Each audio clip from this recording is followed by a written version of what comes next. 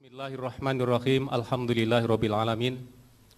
Wassalatu wassalamu ala asyrafil anbiya'i wal mursalin sayyidina wa habibina wa syafi'ina wa qurrati a'yunina Muhammadin sallallahu alaihi wasallam wa ala alihi wa sahbihi ajmain.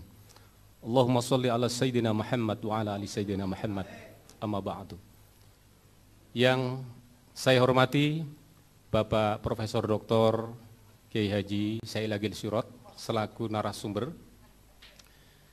Yang saya hormati Bapak Kiai Haji Abdullah Samsul Arifin dan Bapak Kiai Haji Idrus Romli selaku pentabayun juga narasumber dari Forum Ulama Kiai Muda NU Jawa Timur.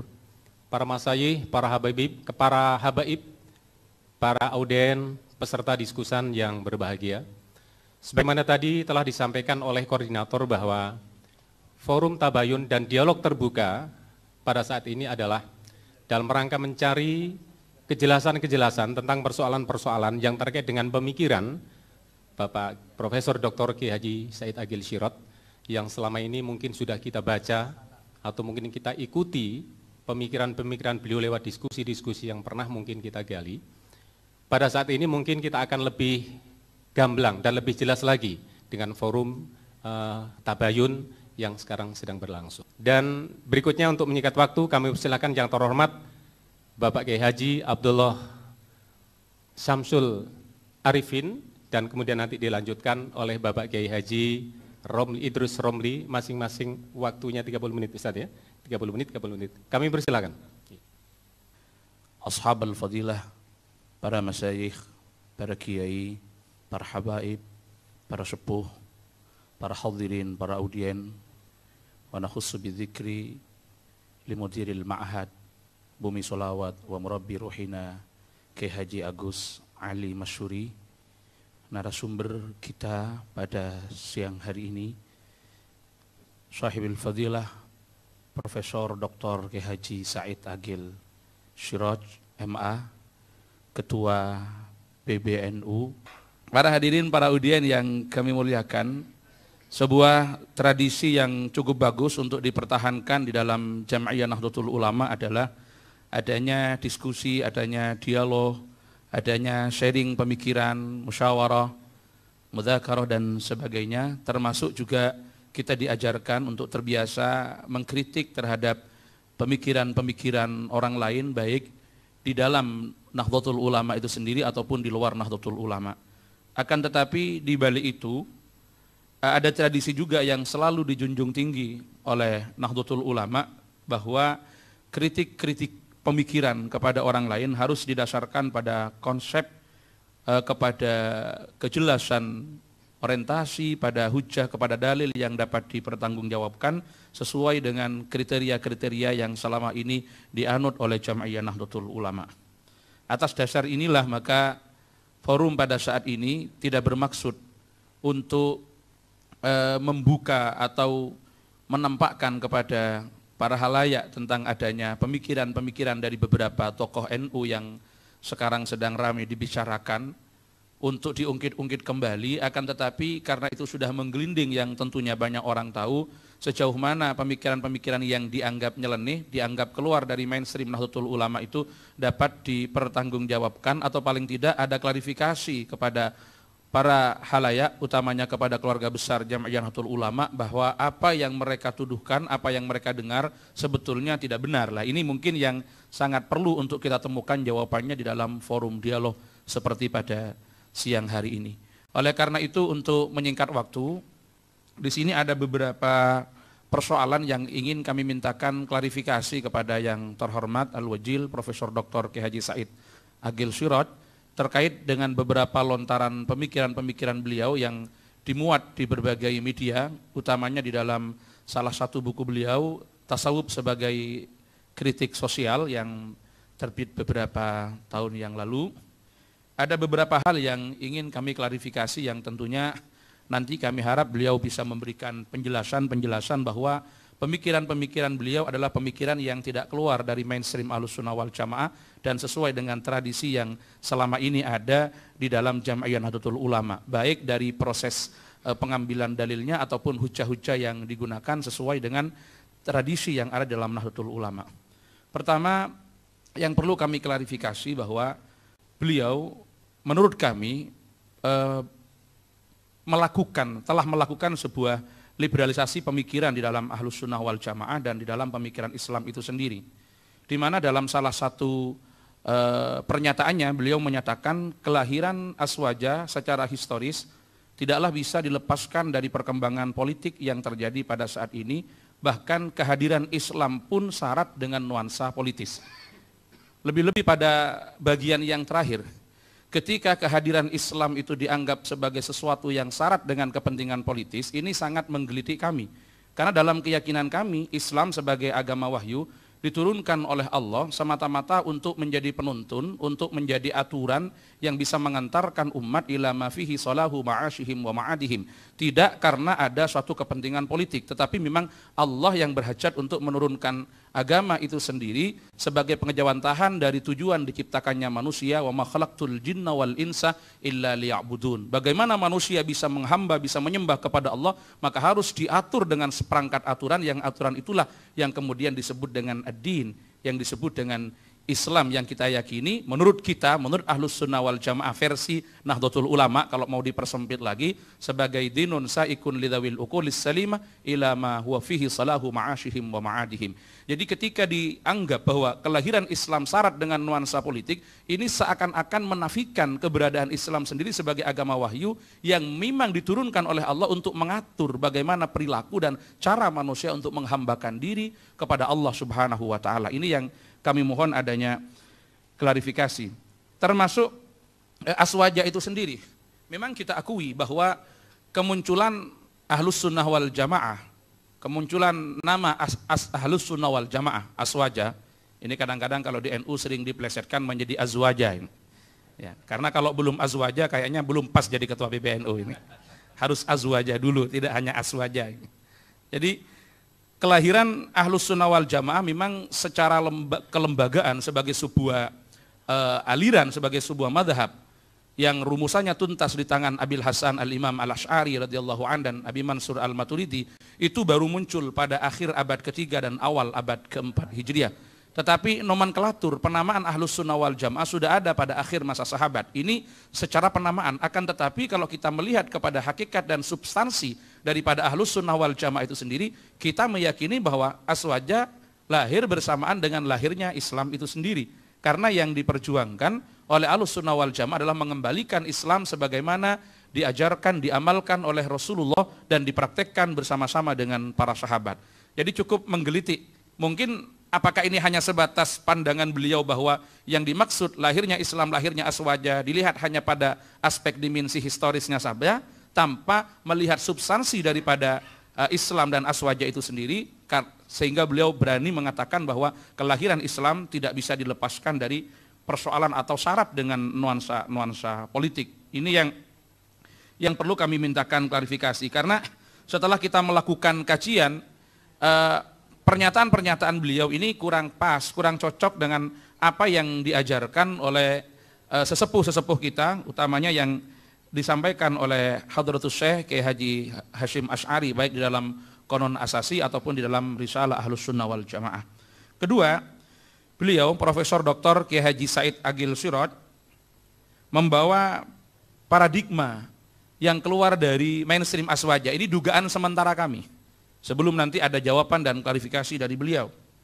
Seperti yang ditegaskan keluar dari mainstream Aswaja sebagaimana yang diajarkan dan dikembangkan oleh Hadratus Syekh Kiai Haji Hasyim Asy'ari. Ini nampak sekali dengan beberapa kasus di mana beliau banyak mengadopsi logika Syiah dan Mu'tazilah dan diklaim sebagai pemikiran Aswaja. Di antara paradigma Syiah dan Mu'tazilah yang diadopsi oleh beliau, beliau menyampaikan di dalam buku Tasawuf sebagai kritik sosial itu pada halaman 80, 81, 416 dan 417, bahwa Ahlus Sunnah wal Jamaah dengan konsep keimanan terhadap qada dan qadar Allah itu berarti Jabariyah. Sedangkan Jabariyah dikembangkan dan didukung oleh Muawiyah bin Abi Sufyan guna melanggengkan status quo serta meyakinkan keabsahan dinastinya.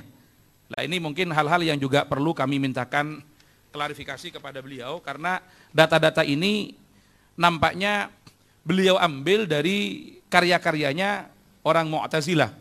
Jadi diambil dari salah satu buku yang berjudul Tabaqatul Mu'tazilah. Ini asumsi-asumsi yang semacam itu kita temukan referensinya di sana. Padahal bagi kita konsep qadha dan qadar Allah itu bukan Jabariyah, tetapi konsep yang membedakan antara Qadariyah dengan Ahlus Sunnah wal Jamaah. Sedangkan pernyataan bahwa Muawiyah yang mengembangkan dan mendukung Jabariyah untuk melanggengkan kekuasaannya dan membenarkan semua tindakannya, menurut kami dari penelitian kami sampai saat ini tidak didukung oleh riwayat yang valid yang bisa dipertanggungjawabkan keabsahannya. Qadariyah, kata beliau, dikembangkan oleh Muhammad bin Ali al-Hanafiyah yang diklaim sebagai guru Wasil bin Atta, salah seorang pendiri Mu'tazilah. Padahal menurut penelitian kami, Qadariyah itu didirikan oleh Ma'bad bin Khalid al-Juhani pada masa-masa akhir generasi sahabat, dan pandangan ini yang ditentang oleh Ibnu Umar, Jabir, Anas, serta sahabat yang lain sebagaimana dijelaskan oleh Ki Haji Hasyim Asy'ari di dalam Risalah Ahlus Sunnah wal Jamaah. Yang ketiga, ada salah satu pernyataan beliau yang menyatakan bahwa Syiah dan Mu'tazilah patut dikatakan Ahlus Sunnah. Sementara ini rata-rata ketika orang ditanya, apa Sunni itu? Sunni ini definisi negatifnya yang bukan Syi'i gitu. Sementara definisi negatifnya Sunni yang bukan Syi'i, Syi'i yang bukan Sunni. Karena kedua kelompok ini tidak pernah menyatakan bahwa salah satu masuk di dalam yang lainnya. Tetapi beliau mengatakan bahwa Syiah dan Mu'tazilah patut dikatakan Ahlus Sunnah wal Jamaah. Sedangkan perbedaannya dengan Asy'ariyah dan Maturidiyah hanya bersifat furu'iyah. Padahal menurut pandangan kami, Syiah, Mu'tazilah bukanlah Ahlus Sunnah. Sedangkan perbedaan antara Syiah dan Ahlus Sunnah tidak hanya ada pada persoalan furu'iyah, tetapi itu masuk pada persoalan-persoalan usul.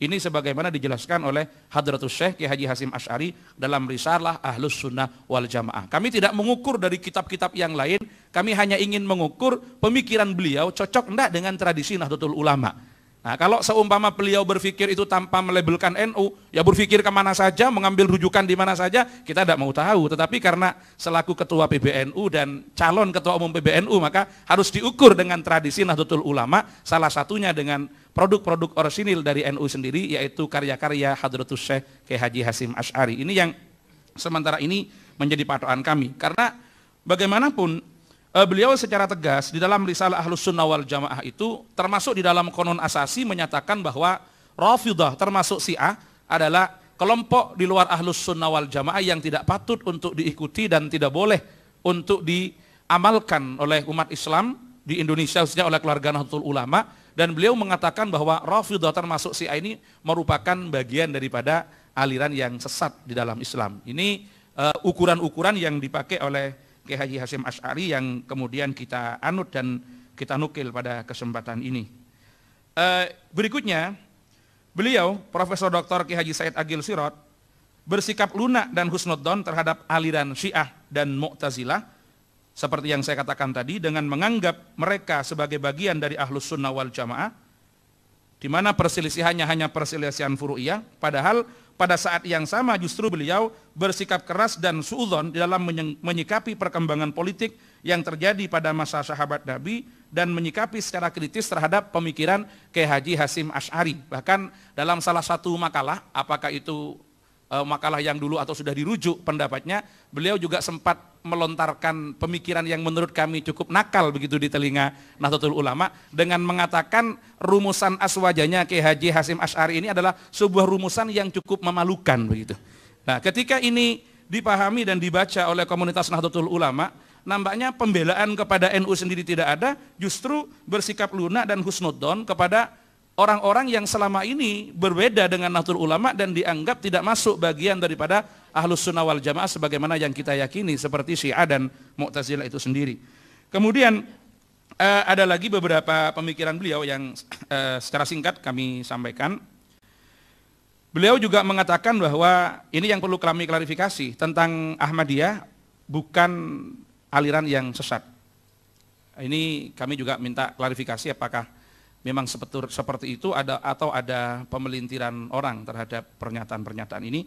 Yang terakhir tentang pluralisme agama, sebetulnya ini agak mirip dengan pemikirannya jaringan Islam liberal, di mana beliau Profesor Dr. Kiai Haji Said Agil Sirot mengatakan bahwa semua agama itu benar dengan berargumentasi pada ayat 62 dari surah Al-Baqarah yang mengatakan innal ladzina amanu wal ladzina hadu wan nasara was sabiina man amana billahi wal yaumil akhir wa amila salihan falahum ajruhum inda rabbihim wala khaufun alaihim wa lahum yahzanun.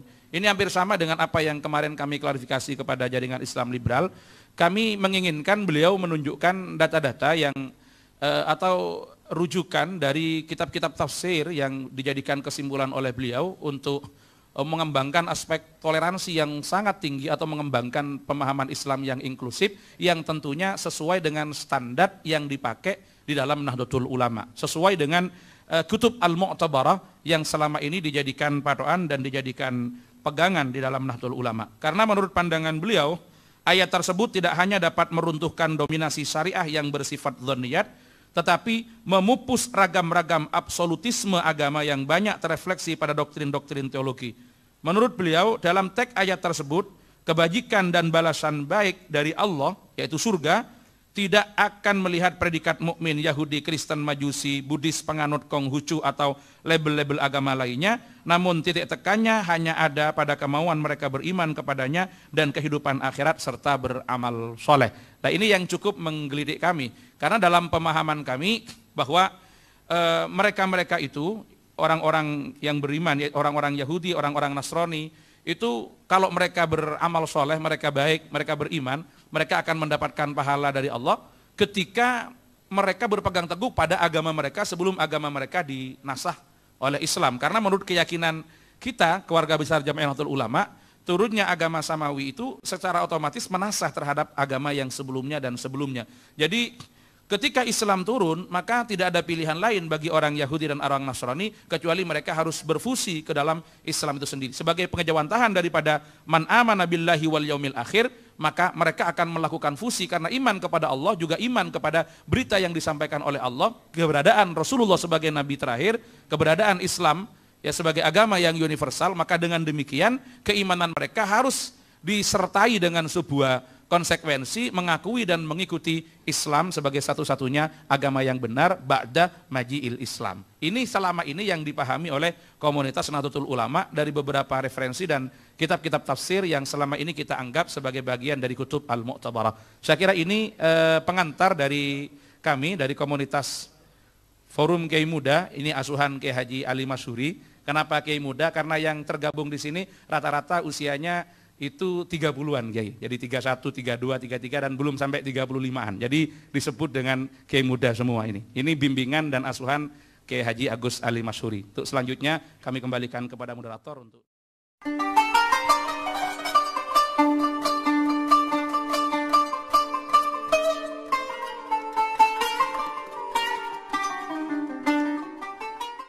Kami langsung silahkan kepada yang terhormat Bapak Kiai Haji Said Agil Sirot untuk memberikan penjelasan apa yang telah disampaikan. Assalamualaikum warahmatullahi wabarakatuh. Bismillah, alhamdulillah, wassalatu wassalamu ala sayyidina wa maulana Muhammad Rasulillah wa ala alihi wa sahabati wa man tabi'a sunnatahu wa jama'atah min yaumina hadha ila yaumin nahdah. Sayyidi Syekh Kiai Haji Gus Ali Masyhur Atallahu baqa'ah Zukhranana wal ummah Sadatana al-ulama wal masyayikh wal asatidz wal fakirin wal mustaqafin wal mutahaddirin. Innahu la min dawa'is surur an akuna amamakum fi hadhihi sa'ah bi hadzal ma'had al-mubarak, bumi sholawat tahta isyraf Sayyid Syekh Kiai Gus Ali Masyhur. Nahnu huna ji'na lil muhawarah wal mudakhalah. Sebenarnya tidak ada kaitan dengan pencalonan muktamar sebenarnya. Majelis ilmiah itu lepas daripada itu, karena muktamar hal lain, majelis ilmiah hal yang lain lagi. Islam bukan hanya dinul aqidah wa syariah, Di samping dinul aqidah wa syariah, Islam adalah dinul ilmi wa thaqafah, dinul adab wal hadarah, dinul taqaddum wal madaniyah. Ini yang menjadikan Islam bisa diterima di mana-mana sampai di bumi Nusantara. Kalau tidak dibarengi dengan, dikemas dengan thaqafah, hadarah yang ada di tempat itu, niscaya Islam hanya diikutin oleh beberapa gelintir orang saja. Kalau hanya akidah dan syariah. Kalau hanya akidah dan syariah, pasti umatnya sedikit. Tapi karena dibingkai, disinergikan dengan produk manusia, produk karya manusia, maka disebut thaqafah kalau di bidang pemikiran, hadarah kalau di bidang prestasi, madaniyah kalau di bidang manajerial, aturan, undang-undang, maka Islam bisa tersebar sampai ke Indonesia terutama atau sampai ke Eropa. Apa yang dikatakan oleh Pak Dr. Abdul Arif itu benar semua. Saya tidak memungkiri omongan saya itu.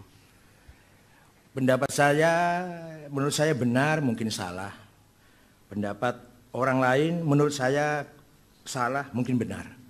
Qul inna au iyyakum la ala hudan au fi dhalalim mubin. Itu Al-Qur'an memberi pengarahan kepada Rasulullah ketika kedatangan tamu Nasara Najron.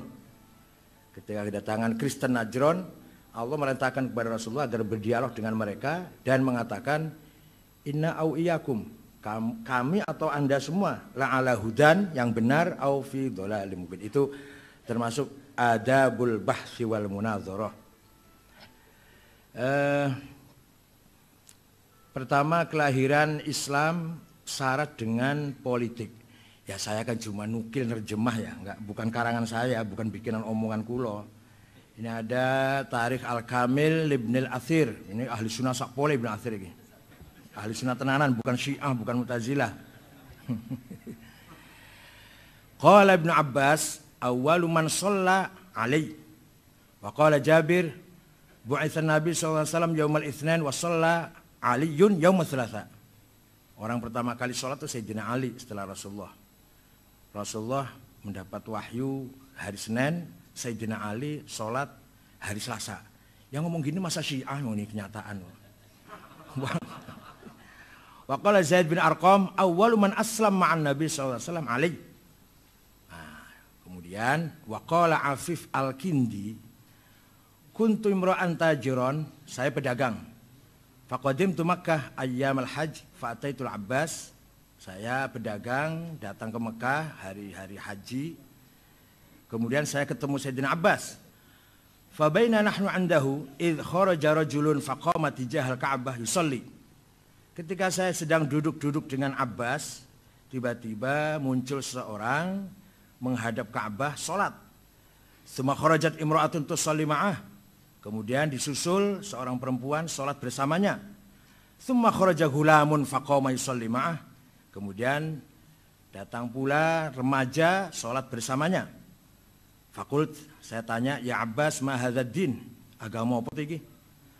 Faqala Abbas, hadza Muhammad ibnu Abdullah ibni akhi. Ini Muhammad anak saudara saya Abdullah.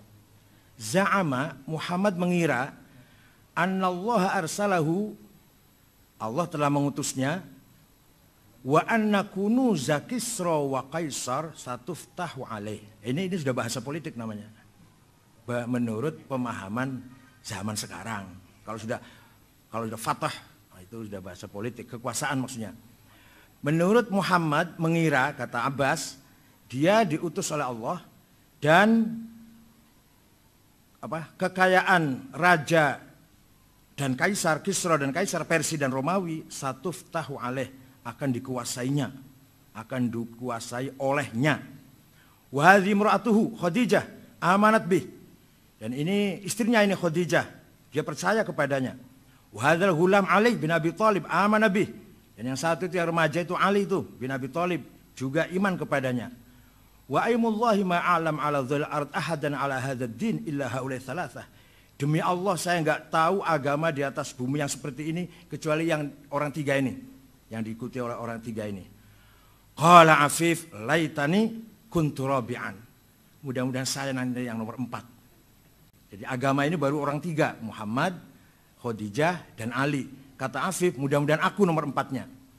Bahasa satuftahu kunuza, satuftahu alayya, katakan Rasulullah satu alaihi, kunuz Kisra wa Kaisar, ini sudah bahasa politik. Artinya Nabi Muhammad sudah punya program politis, yaitu akan menguasai Romawi dan Persia. Begitu pula Wali Songo. Wali Songo juga punya proyek politik itu. Di samping ya jelas kalau dakwah akidah ya pasti itu ya, tapi juga proyek politik. Maka sebelum ada kerajaan Islam masih dakwah bisaqafah wal hadarah, tapi begitu berdiri kerajaan Demak oleh Raden Fatah atas izin Sunan Ampel, itu sudah mulai di situ masuk kekuasaan atau masuk politik. Dan alhamdulillah Majapahit, Pajajaran, Sriwijaya hilang kertaneng bumi, hilang sirno kertaneng bumi.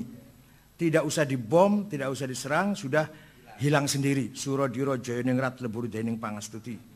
Kejayaan keningratan orang Hindu lebur hancur oleh doanya santri pangastuti itu. Santri dulu tapi. Kalau santri sekarang sudah ndrobos doanya. Keseringan bikin proposal.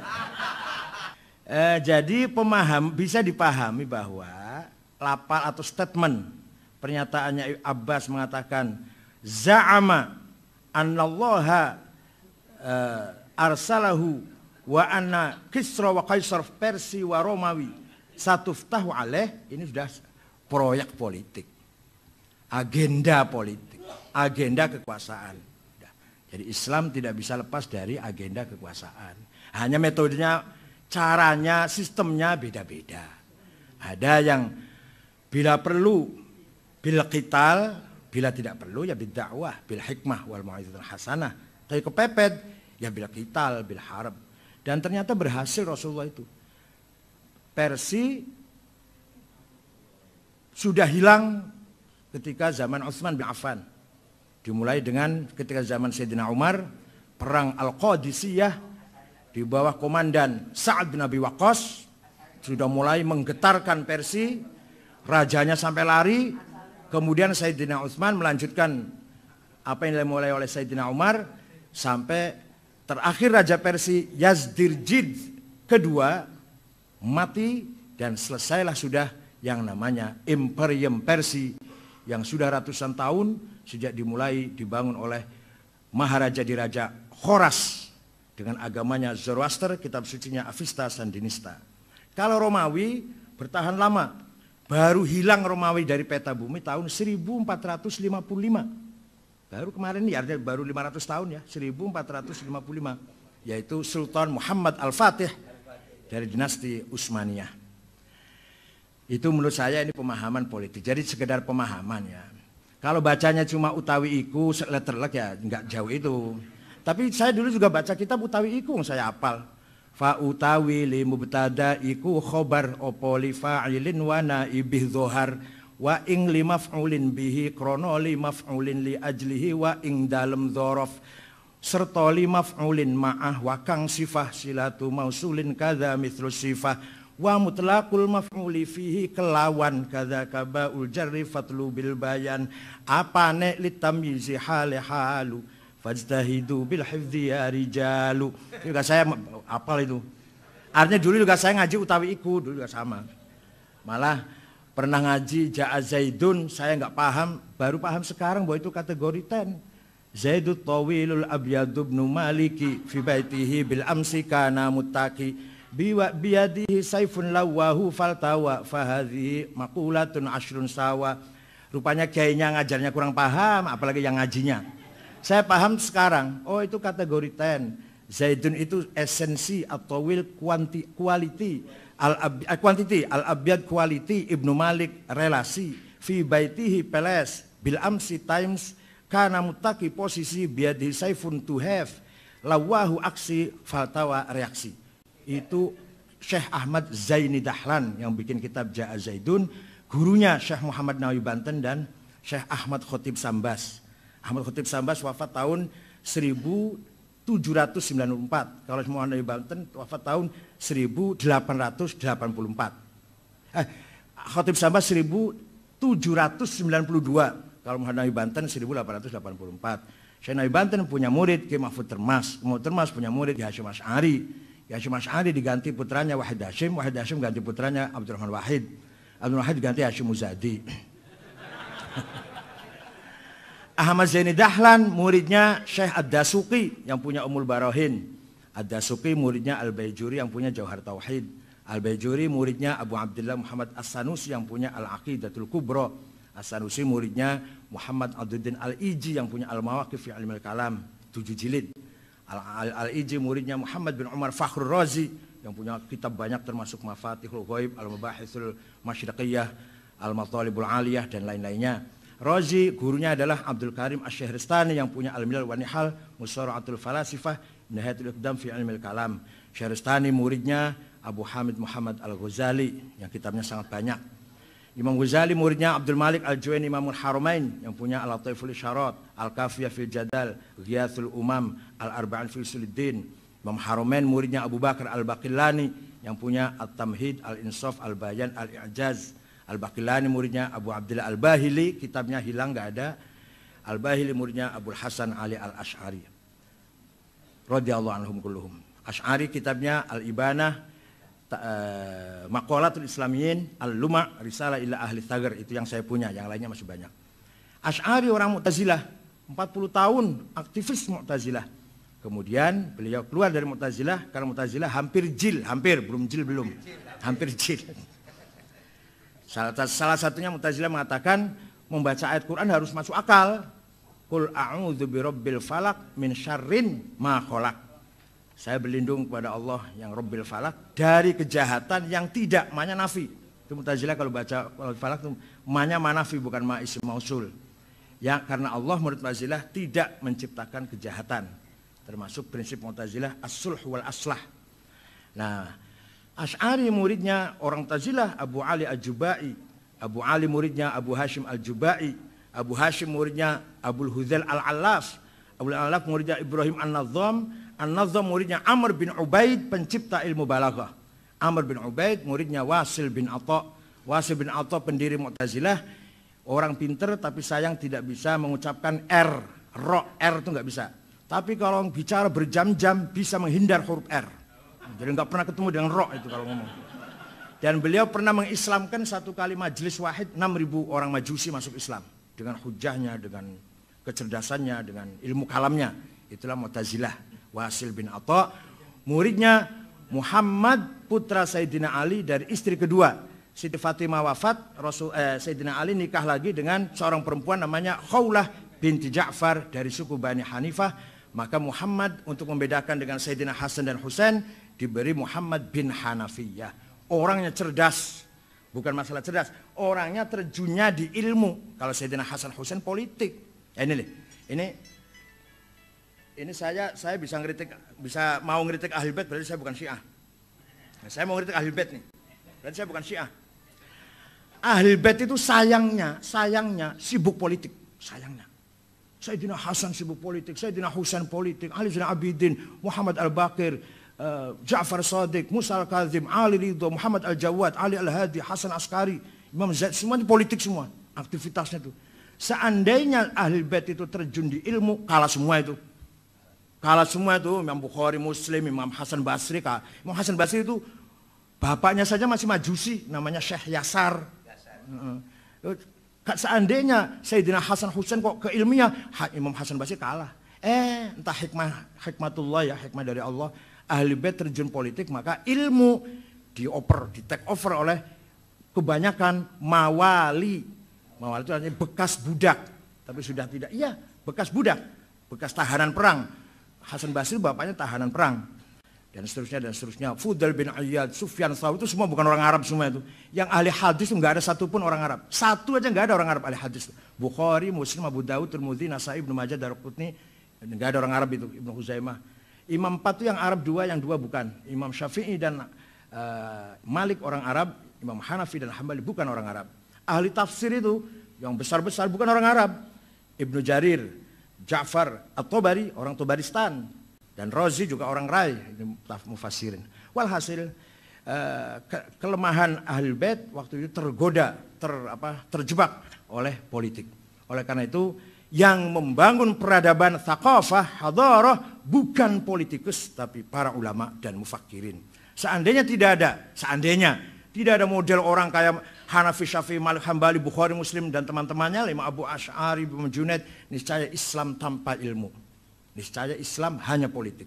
Seandainya nggak ada NU di Indonesia ini, Islam tinggal pelangnya saja. Itu pun kalau orang NU-nya tetap khitoh. Kalau ke politik ya udah politik semua. Jadi yang membesarkan Islam selama ini ilmil ulama, bukan siasatil zu'ama, bukan. Para politisi itu 4 orang saja yang baik. 1, Umar bin Abdul Aziz dari dinasti Bani Umayyah. 2, Harun Rashid dari dinasti Bani Abbasiyah. 3, Salahuddin Al-Ayyubi dari Ayyubiyah. Dan Sultan Muhammad Al-Fatih dari Utsmaniyah. Lainnya, raja-raja yang lain tidak beda dengan kayak Pak Harto atau kayak... Ya biasa ya, kalau dengan lawan membunuh dengan kejam biasa itu. Bahkan banyak sekali ya dinasti Utsmaniyah tuh anak membunuh bapaknya supaya cepat-cepat jadi raja kan. Nunggu mati anaknya kok, nunggu mati bapaknya kok suwi banget pateni wae. Sultan Brunei mengkudeta bapaknya. Amir Qatar sekarang ini juga menggulingkan bapaknya. Bapaknya dibuang ke Inggris, dia rebut kekuasaannya. Nggak sabar ngenteni bapaknya mati. Nah itu kalau sudah bicara politik. Jadi yang mengangkat Islam ini adalah al-thaqafah, al-ilm, al-hadarah yang digeluti atau dikembangkan oleh ilmu ulama. Kemudian sejarah politik Islam. Ya saya sendiri heran ya. Saya juga heran Pak Abdullah Arif. Kenapa antar sahabat kadang pisu-pisuan, perang Jamal itu yang mati dari kedua belah pihak sampai 8.000, perang Siffin, surat-suratnya antara Sayyidina Ali dan Muawiyah kadang ya saling ya adu Allah, bahasa gitu loh, bahasa wahai musuh Allah gitu, bahasa begitu. Saya juga heran kenapa menggunakan bahasa gitu. Jadi kalau kita masih begini masih mending masih. Kalau hanya beda karsa dan kaji hanya ya nggak sampai perang Jamal itu masih bagus itu. Dulu sampai perang Jamal. Ini sejarah. Tidak bisa ditutup-tutupin, tertulis dalam buku sejarah. Nah, saya sekedar membaca, menerjemahkan sedikit, nukil sedikit, langsung dituduh Syiah. Karena memang kita nggak biasa menganalisis sejarah. Makanya di Universitas Zaitun di Tunis, Zaitunah di Tunis, menerima mahasiswa yang bukan Arab hanya satu di jurusan sejarah peradaban Islam. Tidak menerima di syariah atau lughah enggak. Karena apa? Karena mereka tahu yang dibutuhkan tuh bagi yang non Arab yang datang dari Indonesia, Malaysia dan sebagainya itu adalah sejarah. Nah, maka Universitas Zaitunah tidak menerima yang non Arab ke syariah atau fikih atau lughah enggak. Nah, kemudian politik berkembang,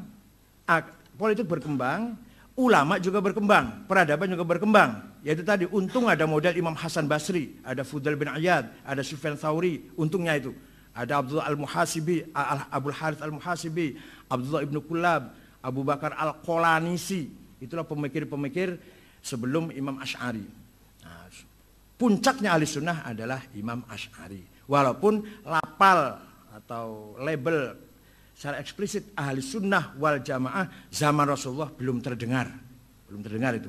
Paling ada ma'ana alaihi washabi, lapal secara eksplisit ahli sunnah wal jamaah itu belum terdengar ketika zaman sahabat. Seandainya ada, niscaya Imam Hasan Basri sudah pakai itu. Seandainya ada lapal ahli sunnah wal jamaah, Imam Hasan Basri niscaya sudah pakai. Kenapa baru terdengar mulai abad kedua Hijriah? Ini ilmiah loh ya, ilmiah bukan karena senang atau enggak senang. Jadi kalau orang kritik itu kritik ilmiah, bukan. Saya boleh saja kritik Kiai Hasyim Asy'ari, tapi tiap pagi dan sore saya selalu baca Fatihah untuk Imam Syekh Hasyim Asy'ari. Iya. Kritik boleh. Saya dengan Gus Dur juga kritik, tapi saya cium tangan. Kemudian Syiah dan Mu'tazilah. Coba kalau bacanya dari agak awal gitu jadi enggak sepenggal gitu bisa paham. Begini. pelajaran, gampangannya gitulah. Pelajaran di universitas di Timur Tengah, apa Al-Azhar, apa Ummul Qura, apa ada 2 mata kuliah. Al-Firaqul Islamiyah dan Al-Firaq Ghairul Islamiyah. Itu pelajaran saya, mata kuliah saya. Al-Firaqul Islamiyah, Khawarij, Jabariyah, Qadariyah, Jahamiyah, Murji'ah, Mu'tazilah, Syiah. Syiahnya pun nanti yang Imamiyah ya, yang Imamiyah. Nanti ada lagi yang mata kuliah namanya Al-Firaq Ghairul Islamiyah. Ismailiyah, Batiniyah, Bahaiyah, Babiyah, Ahmadiyah. Itu pelajaran mata kuliah sendiri. Ghairul Islamiyah. Al-Firaq Ghairul Islamiyah. Kalau yang tadi Mu'tazilah, Syiah apa itu? Nama mata kuliahnya Al-Firaq Al-Islamiyah. Jadi apa artinya? Artinya partai-partai itu masih koridor, dalam koridor Islam. Lahirnya dari betul-betul dari ihtikak wal munafasah di dalam internal masyarakat Islam sendiri. Bukan intervensi dari orang luar. Kalau sudah kebatinan, sudah Ismailiyah, Bahaiyah, Qadianiyah, Babiyah, itu sudah intervensi dari eksternal. Ada agenda dari musuh Islam. Kalau Syiah, Ahli Sunnah, Jabariyah, Qadariyah itu lahir dari perut orang Islam. Sama seperti di kita. NU, Muhammadiyah, Wasliyah, Nahdlatul Wathon, Perti, dari perut bangsa Indonesia. Tapi kalau HTI, Majelis Mujahidin, Salafi itu ekspor itu. Impor itu. Nah, tapi kalau NU, Muhammadiyah dengan segala perbedaannya lah, bagaimanapun orsinil dari pergerakan, gesekan, kompetisi, berlomba-lomba, Muhammadiyah dan NU muncul, masyarakat Islam, Nahdlatul Wathon, Persis, masih dari perutnya orang bangsa Indonesia. Artinya mau nggak mau. Sejarah Islam Indonesia adalah pasti sejarahnya NU, sejarah Muhammadiyah, sejarahnya syarikat Islam, sejarahnya Persis, sejarahnya Nahdlatul Wathon, sejarahnya Al-Khairat, itu pasti. Kalau kita ingin tahu sejarah Islam di Indonesia. Sejarah Islam secara dunia pasti. Kalau ingin tahu, kalau ingin baca sejarah Islam secara keseluruhan, ya pasti nanti akan bicara Mu'tazilah, Syiah, Khawarij, Jabariyah, Qadariyah, Murji'ah, Jahamiyah, Ahli Sunnah, Sufi, Falasifah, pasti. Ya itulah sejarah kita. Itu milik kita, semua milik kita. Nggak bisa dihindari. Hanya memang ada perbedaan, tapi itu adalah hasil Sakofah, hadarah umat Islam. Orsinil itu, bukan karena apa namanya transnasional. Malah ketika itu Muawiyah pernah ditawari oleh Romawi. Saya bantu ya, nolak Muawiyah waktu perang dengan Sayyidina Ali. Kata Muawiyah, enggak, saya enggak butuh bantuan. Hanya saya ingin damai dengan kamu, sementara saya lagi ngadepin Ali dulu. Jangan berhenti dengan Romawi perangnya dulu. Tapi mau dibantu enggak? Masih bagusnya begitu.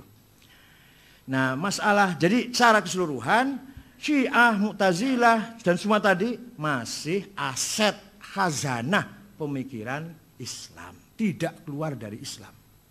Bahkan saya mengatakan tidak keluar dari ahli sunnah karena selama masih menjunjung tinggi Al-Quran, nomor 2 hadis, nomor 3 baru akal.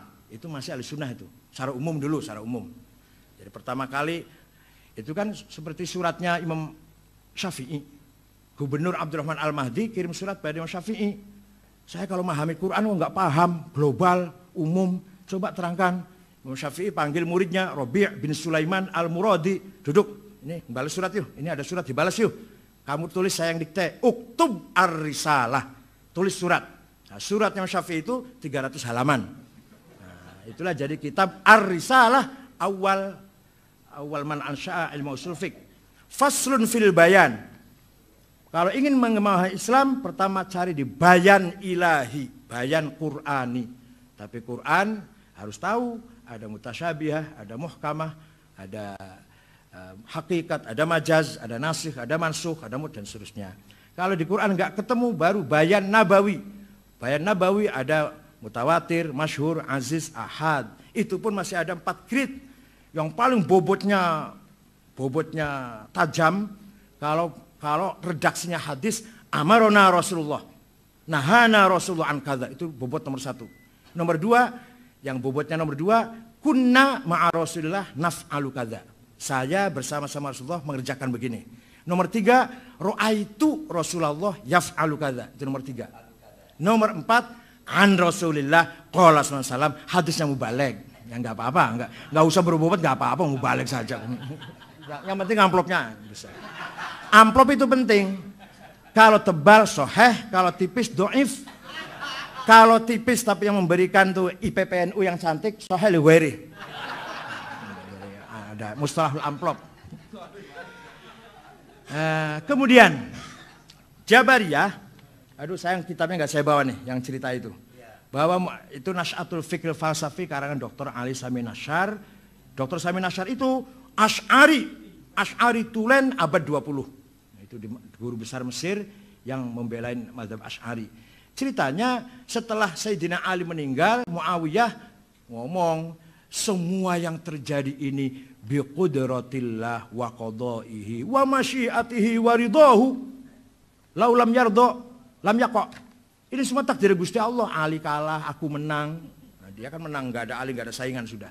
Dan barang siapa enggak menerima ini, berarti enggak menerima, menolak takdir Allah atau kehendak Allah.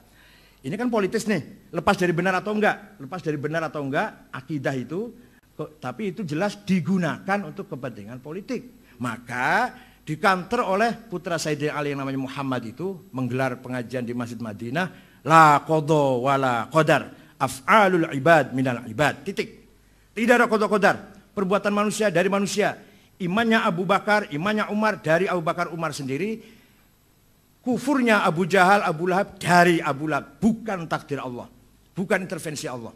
Nah, itu pemikirannya Muhammad bin Hanafiyah. La qadha wa la qadar af'alul ibadi minal ibad. Di antara muridnya yaitu Syekh Ma'bad Al-Juhani dan Ghailan Ad-Dimashqi. Nambahin la qadha wa la qadar af'alul ibad minal ibad wal amru unuf. Ini yang disalahkan oleh Ibnu Umar, wal amru unuf. Tidak ada qadar, perbuatan manusia dari manusia. Allah pun baru tahu kejadian setelah terjadi. Ya Allah kaget, Khofah kalah. JK kalah itu kaget. Loh, JK kok kalah? Itu Allah kaget. Allah taunya JK kalah setelah kalah itu. Allah taunya Khofah kalah setelah kalah itu. Wal amru unuf. Itu yang Sayyidina Ibnu Umar mengatakan, ana bari. Saya tidak ikut campur pendapat seperti itu. Itu disebut al-qadariyatul ula. Qadariyah pertama. Nanti akan dimodernisir oleh Wasil bin Atha. Wasil bin Atha mengatakan af'alul ibadi minal ibad la qadha wa la qadar walakinnallaha ya'lam. Allah tahu Abu Bakar akan iman, Abu Jahal akan tidak iman, Umar akan iman, Abu Lahab akan tetap kufur, Allah tahu. Tapi imannya Abu Bakar Umar, kufurnya Abu Jahal Abu Lahab bukan takdir Allah, bukan intervensi Allah. Itu menurut Mu'tazilah. Imam Asy'ari mau cari jalan tengah. Nah, tengah itu kadang-kadang tepat, kadang-kadang bulat. Tengah yang namanya tengah. Kadang-kadang nggak jelas. Makanya khitoh itu harus jelas tuh kadang-kadang, soal khitoh itu kadang ada khitoh ideologis, ada khitoh strategis. Kalau ada khitoh strategis itu yang ini alhamdulillah Menteri Agama masih orang NU. Kalau Menteri Agama dapat Salim Jufri, waduh. Ini alhamdulillah Surya Dharma Ali. Jadi NU ada 4. Surya Dharma Ali Menteri Agama, Muhaimin Menteri Tenaga Kerja dan Imigrasi, Faisal Zen itu dari Cirebon, Menteri Percepatan Daerah Tertinggal, dan Pak Muhammad Nuh Menteri Diknas. Ini baru kali ini ada Diknas dipegang oleh orang. Tapi Pak Muhammad Nuh itu NU-nya harus dikawal, NU yang masih harus dikawal gitu. Karena nggak pernah aktif di NU kan? Hanya iya tak? Oh gitu nggih. Saya belum dengar. Sekarang. Tadinya nggak pernah. Jadi walhasil NU, tapi NU yang harus dikawal gitu loh. Kayak Pak Slamet Effendi Yusuf, itu NU 100%. 2 periode ketua Ansor, anaknya Kiai Yusuf hafidz Quran, tapi Golkarnya 150%. Enggak. Bukan karena muktamar, bukan. Ya memang gitulah. Beliau 20 tahun meninggalkan NU, 20 tahun di Golkar. Waktu Cipasung itu lawan Gus Dur, belain Abu Hasan. waktu Cipasung. Jadi NU-nya 100%, anaknya Kiai Yusuf, Haji Barang, Pondok Tahfidz Quran. Golkarnya 150%. Dan Golkar dulu lagi, bukan Golkar sekarang. Kalau Golkar sekarang kan setengah halal. Nah, dimodernisir oleh dicari jalan tengah oleh Imam Asy'ari begini. Istita'atul insan la qoblal fi'li wala ba'dal fi'li faqat indal fi'li. Saya tidak boleh mengatakan gelas ini tak banting pasti pecah, nggak boleh. Nggak bisa ngomong pasti pecah. Atau setelah saya pecahkan satu, kemudian satu lagi. Ini yang satu lagi juga kalau saya banteng pasti pecah. Itu ba'dal fi'li. Tidak juga. Tapi saya bisa mengatakan, saya angkat gelas, saya banting, bersamaan dengan saya banting gelas, Allah mentakdirkan gelas pecah. Ma qata'tu min linatin aw taraktu ma qaimatan rasulullah fa bi idznillah wala taqulanna li syai'in inni fa'ilun dzalika illa ayyasha Allah. Jadi kalau ngomong Imam Asy'ari begini, tak tempeleng kamu, insyaallah mengo kamu. Tak pukul insyaallah kepalamu pecah. Barusan insyaallah terus, enggak boleh enggak ada insyaallah. Iya, makanya enggak harus ada. Ya, belum bisa dijadikan ukur kufrun gitu, nggak bisa Pak. Ya nggak apa-apa.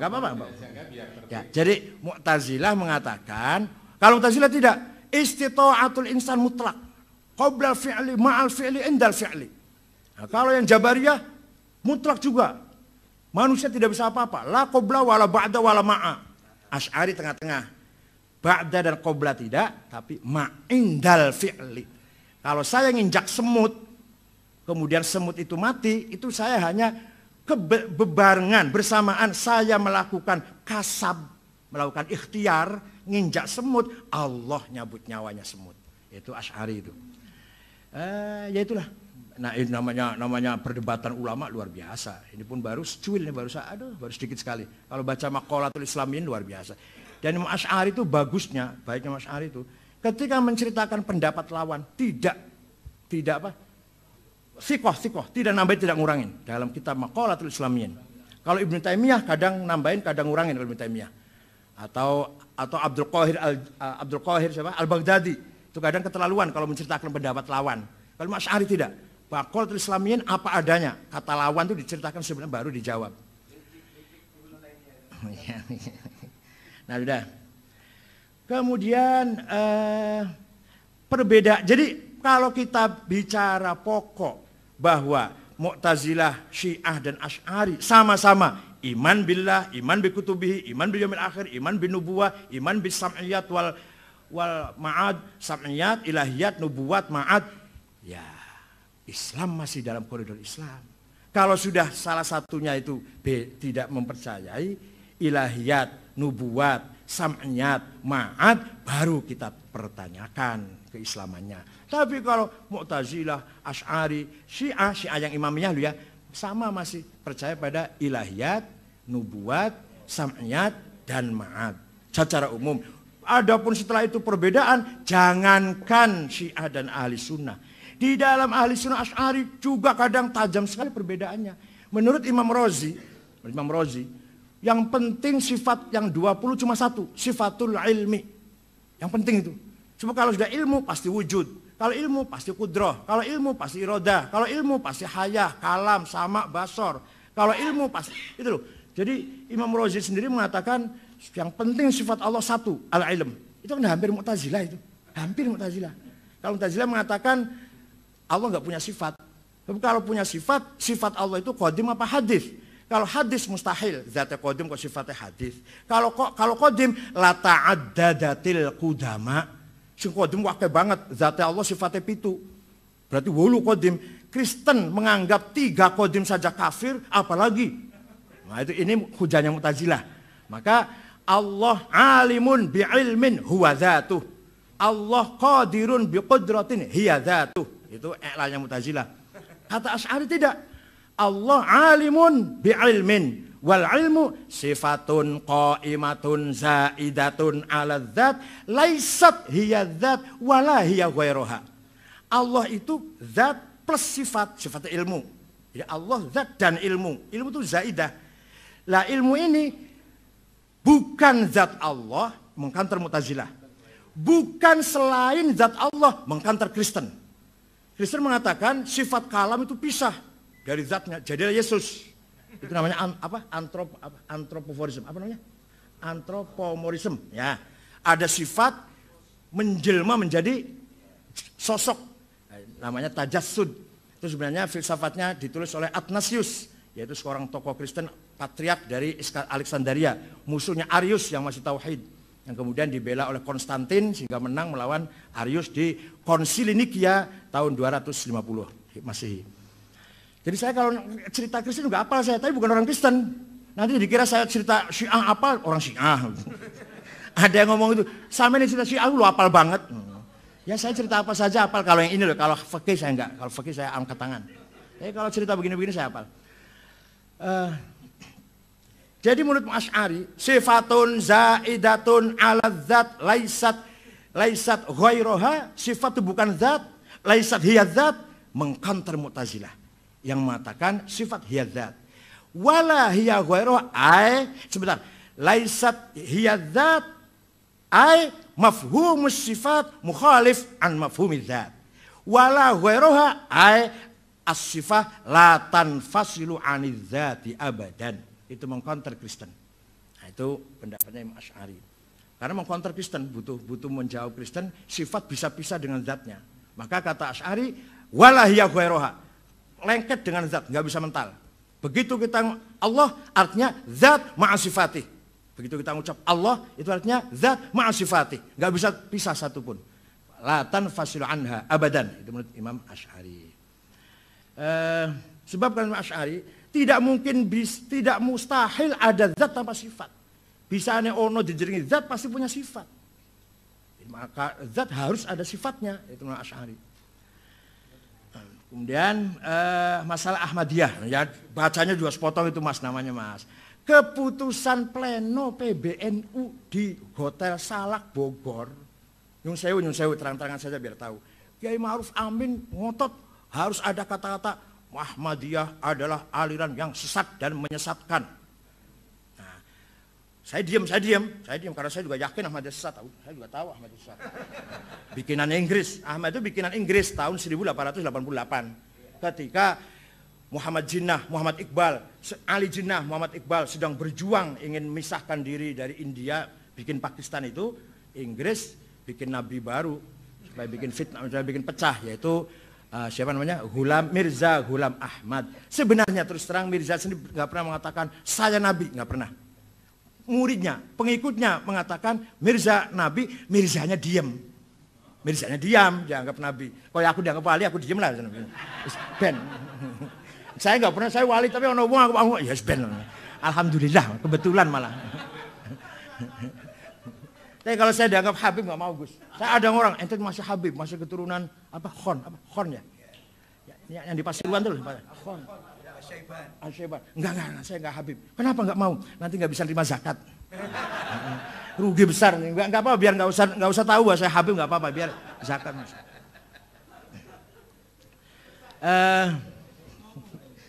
Ahmadiyah menurut keputusan pleno PBNU waktu di sidang komisi Kiai Ma'ruf Amin, Pak Masdar dan saya tetap ngotot ada kata-kata Ahmadiyah adalah aliran yang sesat dan menyesatkan. Ketika di pleno dipimpin oleh Kiai Sahal, Kiai Tolha, katibnya Nazaruddin Umar, ya, tidak usah menggunakan bahasa caci maki.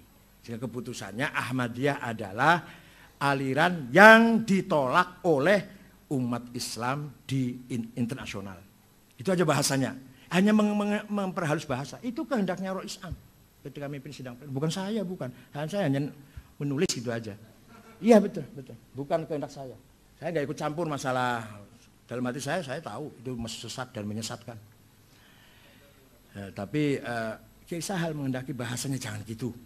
Kita perhalus bahasa. Jadi Ahmadiyah adalah aliran Islam yang ditolak oleh umat Islam dunia. Enggak menghindari bahasa sesat dan menyesatkan itu. Kemudian apa? Agama-agama itu benar. Ya kalau ditafsirnya begini dong mas.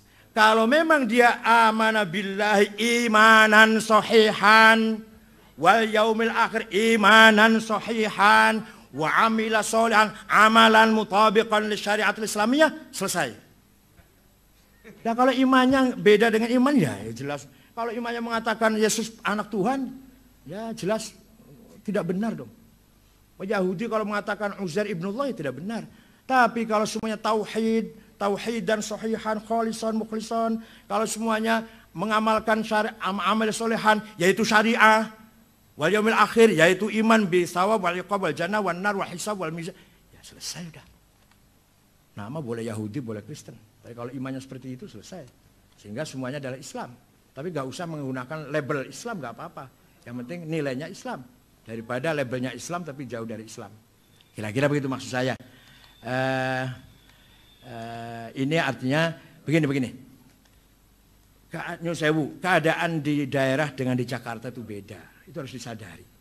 Saya di Jakarta itu menghadapi luar biasa tantangannya. Seminar itu harus ganti-ganti yang diomongkan. Saya setiap diundang seminar harus ganti. Kalau nggak ganti nggak diundang lagi. Oh harus. Jadi tantangannya besar ke Jakarta. Saya dengan Amir Rais, dengan Kang Jalal, dengan Eki Syahrudin. Dulu waktu belum ada PKB, waktu dulu Orde Baru lah. Amir Rais, sering dengan Pak Amir Rais, Kang Jalal, Nur Khalis Majid, Eki Syahrudin, dan yang intelek-intelek itu. Ya kitanya harus intelek juga dong. Kalau nggak intelek ya nggak diundang lagi. Artinya kalau nggak diundang bukan berarti amplopnya, bukan. Kita nggak bisa mengatasnamakan tidak mewakili NU lagi. Satu. Yang kedua, akhir-akhir ini saya juga, ya ini maaf kalau bukan, ya barangkali anulah cerita tentang sedikit andil saya. Sibuk ngelayani Wahabi di Bekasi, di Jakarta Timur, di Depok. Pernah saya mau ceramah di Perumahan Galaksi, ada spanduk, hati-hati penceramah ini sesat. Spanduknya itu. Saya datang.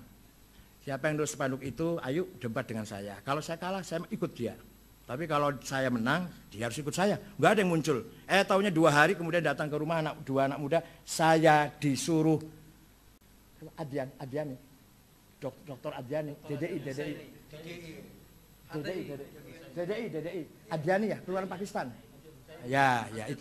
Nah, saya mohon maaf Kiai, saya nulis itu disuruh oleh Adian, ya itu yang dari DDI. Jadi saya tiap hari ngepui Wahabi loh.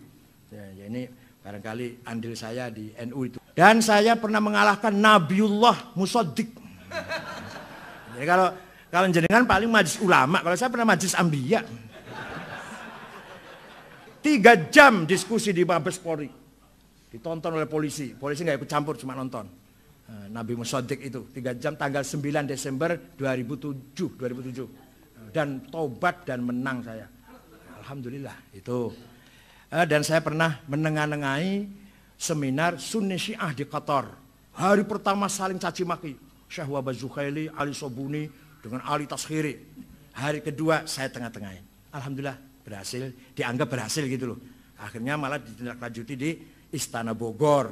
Hanya sayang karena Menlu abstain di Dewan Kaum PBB, maka yang datang bukan tokohnya, orang-orang kurang berbobot lah, baik dari Syiah maupun dari sunnahnya. Karena Menlu, pemerintah Indonesia ikut mengutuk Iran, maka orang Irannya yang datang kecil. Oh ya, kalau Imam Syafi'i simpati pada Syiah, berapa halaman nih?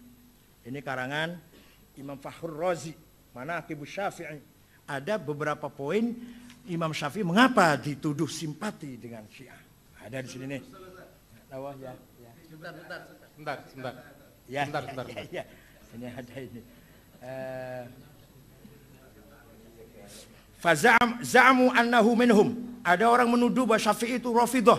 Wahtajju alaihi biwujuh. Al-awwal, idza dzukira asy'aran musy'ara bi raghbatihi fi dzalikal madhhab wa ruya anna al-Muzanni qala qultu li Syafi'i innaka rajul tuwali ahlul bait. Kata Imam Muzni, jenengan itu ulama yang agak miring ke ahlul bait. Falau amilta fi hadzal bab abyatan, buat jenengan bikin syair. Maka Imam Syafi'i bikin syair, wa ma zala kitmanika hatta ka'annani yaruddu jawab as-sa'ilina li'ajam waqtu muwaddi ma' safai maraddati litaslama min qawlil wushati wa aslamu. Ana syi'i fi dini wa ahli bi Makkah thumma dari asqaliyah bi atyaba maulidin wa azza fakhrin wa ahsana madhhabin yasmul bariyah. Jadi ana syi'i, sampai gitu sampai Imam Syafi'i itu. Syairnya ini. Jadi bukan Syiah politik tapi simpati simpati pada Syiah daripada waktu itu penguasanya zolim-zolim kan gitu. Sampai-sampai Imam Syafi'i dipanggil oleh Harun Rasyid karena dituduh Syiah. Ini Manaqib Syafi'i karangan Imam Razi halaman 140 sampai 141.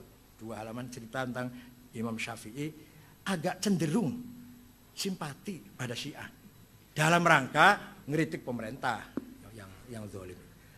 Terima kasih. Assalamualaikum warahmatullahi wabarakatuh.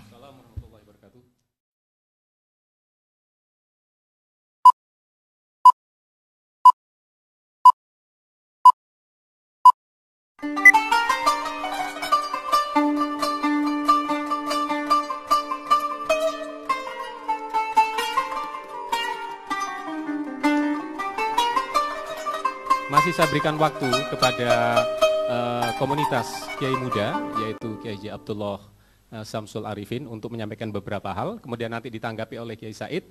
Kalau jika masih ada waktu nanti kita floor. Saya persilakan. Terima kasih Kiai atas penjelasannya yang cukup didasarkan kepada beberapa referensi, tetapi kita masih ada beberapa hal yang cukup mengkritik. Pertama, kenapa kita tidak sepakat dengan pernyataan Kiai bahwa Islam dilahirkan dalam motif politik? Tadi ada sedikit pemotongan dari informasi yang disampaikan Kiai.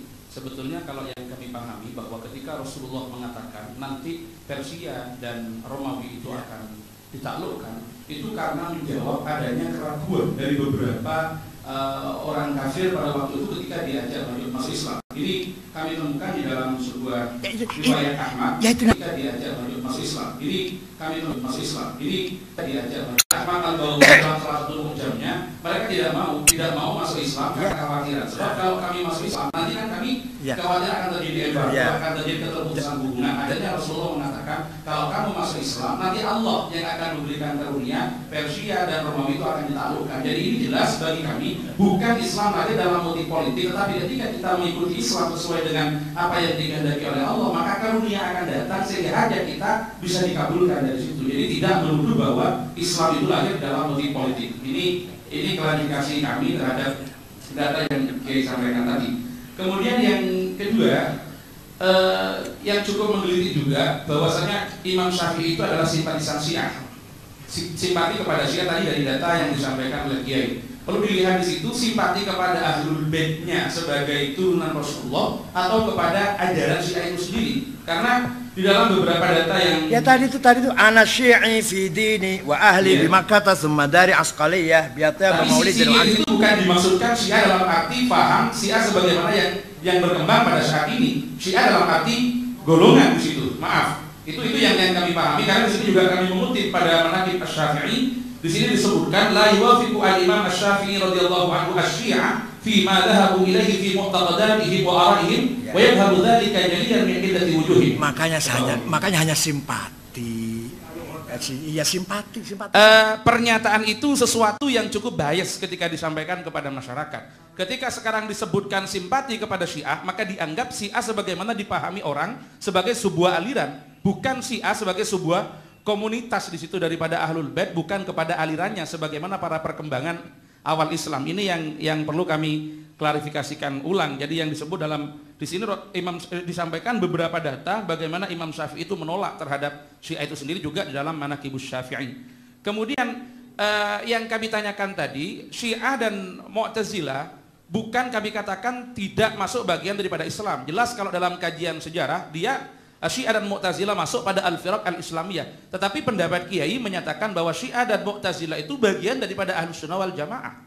Di dalam buku ini bukan bagian dari Islam lagi, tapi sudah menyempit kepada bagian daripada Ahlussunnah wal Jamaah. Yang kami persoalkan bahwa penyebutan ini berbeda dengan definisi-definisi kita tentang Ahlussunnah wal Jamaah, walaupun diambil pada definisi universalnya, bukan definisinya Syekh Hasim Al-Asy'ari yang dianggap, ya mohon maaf dalam tanda petik tadi agak cukup memalukan itu.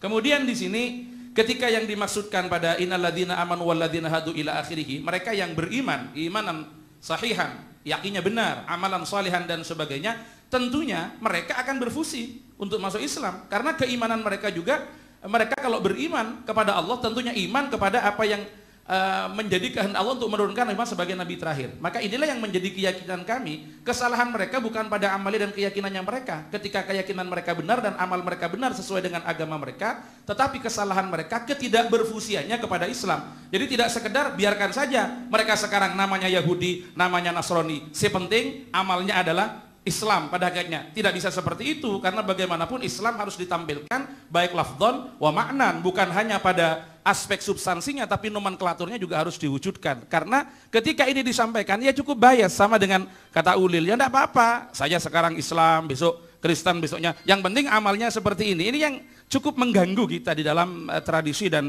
kalangan Nahdlatul Ulama. Mungkin ini ada tambahan dari teman kami. Ada beberapa poin dari buku Kiai yang ingin kami sampaikan, dan tadi oleh teman saya Ki Abdullah Syamsul Arifin tuh sudah dikatakan bahwa logika berpikir Kiai dalam buku tasawuf tadi sebagai kritik sosial itu rujukannya akan merujuk kepada buku Nash'atul Fikril Falsafi karangannya Dr. Ali Sami An-Nasyar. Kemudian setelah kami teliti, ternyata Dr. Ali Sami An-Nasyar ketika dia mengkaji sejarah firaq dari awal sampai akhir, itu rujukannya kepada kitab-kitab Mu'tazilah, terutama Tabaqatul Mu'tazilah karangannya Ahmad bin Yahya bin Al-Murtada. Dari situ kami sudah mengkaji, di bawahnya ada footnote-nya. Di bawahnya Dr. Ali Sami An-Nasyar itu ada. Dan di dalam buku ini, dalam buku tasawuf, Kiai kan mengatakan bahwa percaya kepada qada dan qadar Allah seperti yang dipercaya, dan mengatakan Nahdlatul Ulama, bil qadri khairihi wa syarrihi itu sebenarnya Jabariyah. Itu dalam logika Mu'tazilah seperti ini memang dikatakan Jabariyah, dan Jabariyah katanya mereka berawal atau dikembangkan oleh Muawiyah bin Abi Sufyan seperti Kiai katakan tadi. Dan maaf Kiai, ini katanya para pakar dalam Tabaqatul Mu'tazilah, memang orang-orang Mu'tazilah pada abad 4 kebelakangan, karena terjadi perkawinan antara Mu'tazilah dengan Syiah, ada upaya-upaya untuk menghubungkan sanad ajaran Mu'tazilah dengan Ahlul Bait, dengan Muhammad bin Ali bin Al-Hanafiyah. Muhammad bin Ali Al-Hanafiyah ini katanya belajar kepada Sayyidina Ali, lalu Sayyidina Ali belajar kepada Rasulullah SAW. Kalau begitu ajaran Qadariyah, Mu'tazilah dan Syiah dari Rasulullah, sedangkan Jabariyah itu dari Muawiyah bin Abi Sufyan. Dan ini sudah maklum dalam referensi-referensi Al-Firaq, dikatakan bahwa Al-Mu'tazilah atau Al-Qadariyah itu memang mengatakan Ahlus Sunnah wal Jamaah itu Mujbirah atau Jabariyah. Dan Jabariyah itu katanya dari Muawiyah bin Abi Sufyan. Dan ini kalau dilacak lebih mendalam lagi, sebenarnya tadi yang dikatakan Wasil bin Atha belajar kepada Muhammad bin Al-Hanafiyah, ini sulit untuk dicari kebenaran sejarahnya dan datanya. Mengapa? Secara historis Muhammad bin Al-Hanafiyah meninggal tahun 80 Hijriyah. Ada yang mengatakan meninggal tahun 81, itu pun pada bulan Muharram. Sementara Wasil bin Atha lahirnya tahun 80 Hijriyah, meninggal tahun 130. Kapan belajarnya? Belajarnya kapan kalau begitu? Belajar kepada Muhammad bin Al-Hanafiyah. Kemudian untuk menyambung-nyambungkan itu, orang Mu'tazilah mengatakan bahwa Wasil bin Atha ini sebenarnya bukan belajar kepada Muhammad bin Ali Al-Hanafiyah, belajar kepada putranya Abu Hashim Al-Hasan bin Muhammad bin Al-Hanafiyah. Memang Abu Hashim bin Al-Hanafiyah ini sempat mujalasah, ya, kathir dawam al-mujalasah dengan Wasil bin Atha, tetapi perlu diingat bahwa Abu Hashim bin Al-Hanafiyah, Abu Hashim bin Muhammad ini meninggal sekitar 198 Hijriyah. Sementara Wasil bin Atha Al-Mu'tazili ini baru ketahuan ada data yang valid, menyebarkan faham-faham yang keluar dari pemahaman gurunya Al-Hasan Al-Basri setelah dia pindah ke Basrah dan berguru kepada Hasan Al-Basri. Untuk mengetahui, untuk melacak bahwa pemikirannya Wasil bin Atha itu dari Abu Hashim, apalagi dari Muhammad bin Al-Hanafiyah.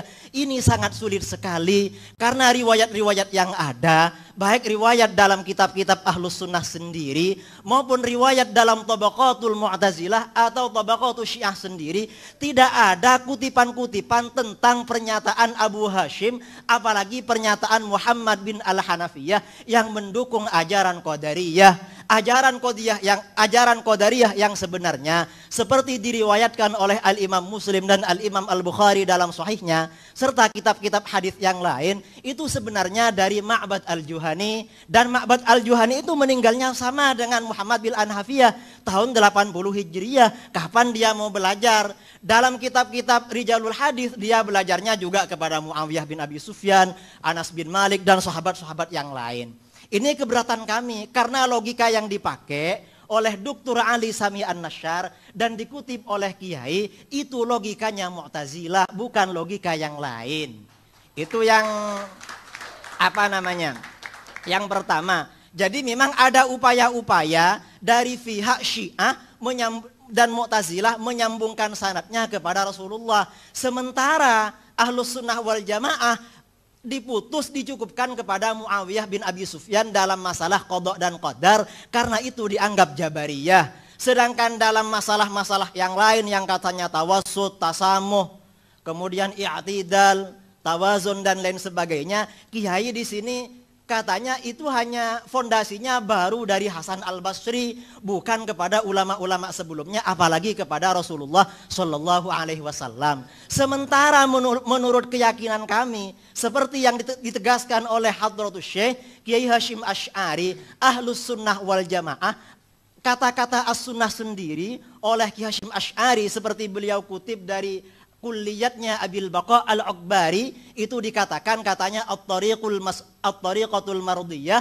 al-maslukatu fid din salakaha Rasulullah sallallahu alaihi wasallam au man huwa alamun fid din kas-sahabi mathalan. Jadi memang keyakinan kita Ahlus Sunnah wal Jamaah ini justru sanadnya langsung bersambung kepada Rasulullah Shallallahu Alaihi Wasallam, dan ini memang menjadi kenyataan. Sanad-sanad keilmuan dalam berbagai bidang ilmu pengetahuan Islam semuanya rata-rata melalui jalur Ahlus Sunnah wal Jamaah sampai kepada Rasulullah Shallallahu Alaihi Wasallam. Dan Mu'tazilah tidak punya sanad yang seperti itu. Sanad yang ada di dalam Tabaqatul Mu'tazilah itu hanya klaim belaka, dan seperti dikatakan oleh para ulama Ahlus Sunnah wal Jamaah dalam bidang riwayat orang-orang Syiah itu memang sangat lemah, semuanya ayalun ala ahli sunnah wal jamaah. Itu keberatan kami. Jadi mohon logika Mu'tazilah dan Syiah yang Kiai katakan ini sebenarnya aswaja, mohon itu dikaji ulang, karena itu tidak sesuai dengan data dan bukti sejarah yang valid dan dapat dipertanggungjawabkan secara ilmiah. Ini beberapa poin kritikan kami kepada Kiai tentang masalah nama Ahlus Sunnah wal Jamaah. Maaf, ini sebenarnya bukan dari Imam Asy'ari, apalagi imam-imam sebelumnya. Karena ada asumsi sebagian orang katanya nama Ahlus Sunnah wal Jamaah itu sebenarnya dari Imam Al-Asy'ari. Ada yang mengatakan dari As-Subuki, ada yang mengatakan dari Murtadha Az-Zabidi. Itu sebenarnya bukan demikian. Nama Ahlus Sunnah wal Jamaah sebagai sebuah nama itu sudah ada sejak generasi akhir masa sahabat. Riwayat dari beberapa sahabat yang pernah menyatakan lafadz Ahlus Sunnah wal Jamaah, diantaranya Sayyiduna Abdullah bin Abbas radhiyallahu anhuma. Ada riwayat juga dari Abu Sa'id Al-Khudri, ada juga dari Abdullah bin Umar radhiyallahu anhuma. Itu diriwayatkan dalam kitab-kitab tafsir, dalam kitab-kitab hadis dan lain sebagainya. Itu hanya sebagai sebuah nama. Tetapi Ahlus Sunnah wal Jamaah sebagai sebuah ajaran, kami yakini itu dari Rasulullah SAW. Ini sama dengan kita ketika membicarakan Nahdlatul Ulama. Nahdlatul Ulama sebagai sebuah nama yang munculnya atas prakarsa Ki Hashim Asy'ari beserta kiai-kiai yang lain. Tetapi sebagai sebuah ajaran, jauh sebelum lahirnya Nahdlatul Ulama itu sudah ada tradisi-tradisi, ajaran-ajaran yang dikembangkan oleh Nahdlatul Ulama. Ini yang menjadi persoalan dalam hati kami, karena bagaimanapun Kiai Said Agil ini ada di pengurus besar Nahdlatul Ulama. Tentunya kami lebih senang lebih simpati kalau tulisan-tulisan kiai ini memang lebih menguatkan terhadap Ahlus Sunnah wal Jamaah sendiri. Karena terus terang sekali kami ini yang di bawah memperjuangkan Ahlus Sunnah wal Jamaah. Sementara orang-orang Syiah menyerang kami dari sana sini. Lalu seakan-akan dari orang-orang sebagian pengurus NU yang mungkin pernyataan-pernyataannya tadi ya mungkin katakanlah itu keliru secara ilmiah, baik disengaja atau tidak disengaja, itu kan seakan-akan dia itu memegang tangan kami agar kami tidak memukul kepada orang-orang Syiah, sementara orang Syiah diberi keleluasaan, kebebasan untuk memukul-mukul kami. Ini yang menjadi persoalan kami yang ada di bawah, Kiai. Terus terang, kami di Jember pernah ada warga Nahdlatul Ulama sampai dipukul, dibunuh sama orang Syiah itu. Ini barangkali, kemudian maaf tadi sebagai kritik tadi terhadap sanad yang disampaikan oleh Kiai, sanadnya Kiai Hasyim Asy'ari dari Imam Asy'ari itu menurut kami ya dari mana itu banyak mengkoteknya ya, mungkin dihafal lagi lah Kiai ya mungkin lupa karena banyak mengkoteknya. Terima kasih. Assalamualaikum warahmatullahi wabarakatuh. Baik, terima kasih. Sebelum kami berikan kepada beliau Kiai Haji Said Agil Sirot, kita sejak awal kita sampaikan bahwa kita tabayun forumnya, kita tetap dalam suasana jernih dan hati nurani kita. Saya persilakan untuk Yai Said dulu. Terima kasih. Ya namanya yatafaqahu namanya. Yatafaqahu itu fi'il mudhari', jadi harus up to date. Harus kontekstual. Kalau masih cara lama, fi'il madhi namanya. Allah aja mau menyuruh yatafaqahu fi'il mudhari'. Jadi harus berkembang berpikir itu, jangan mandep.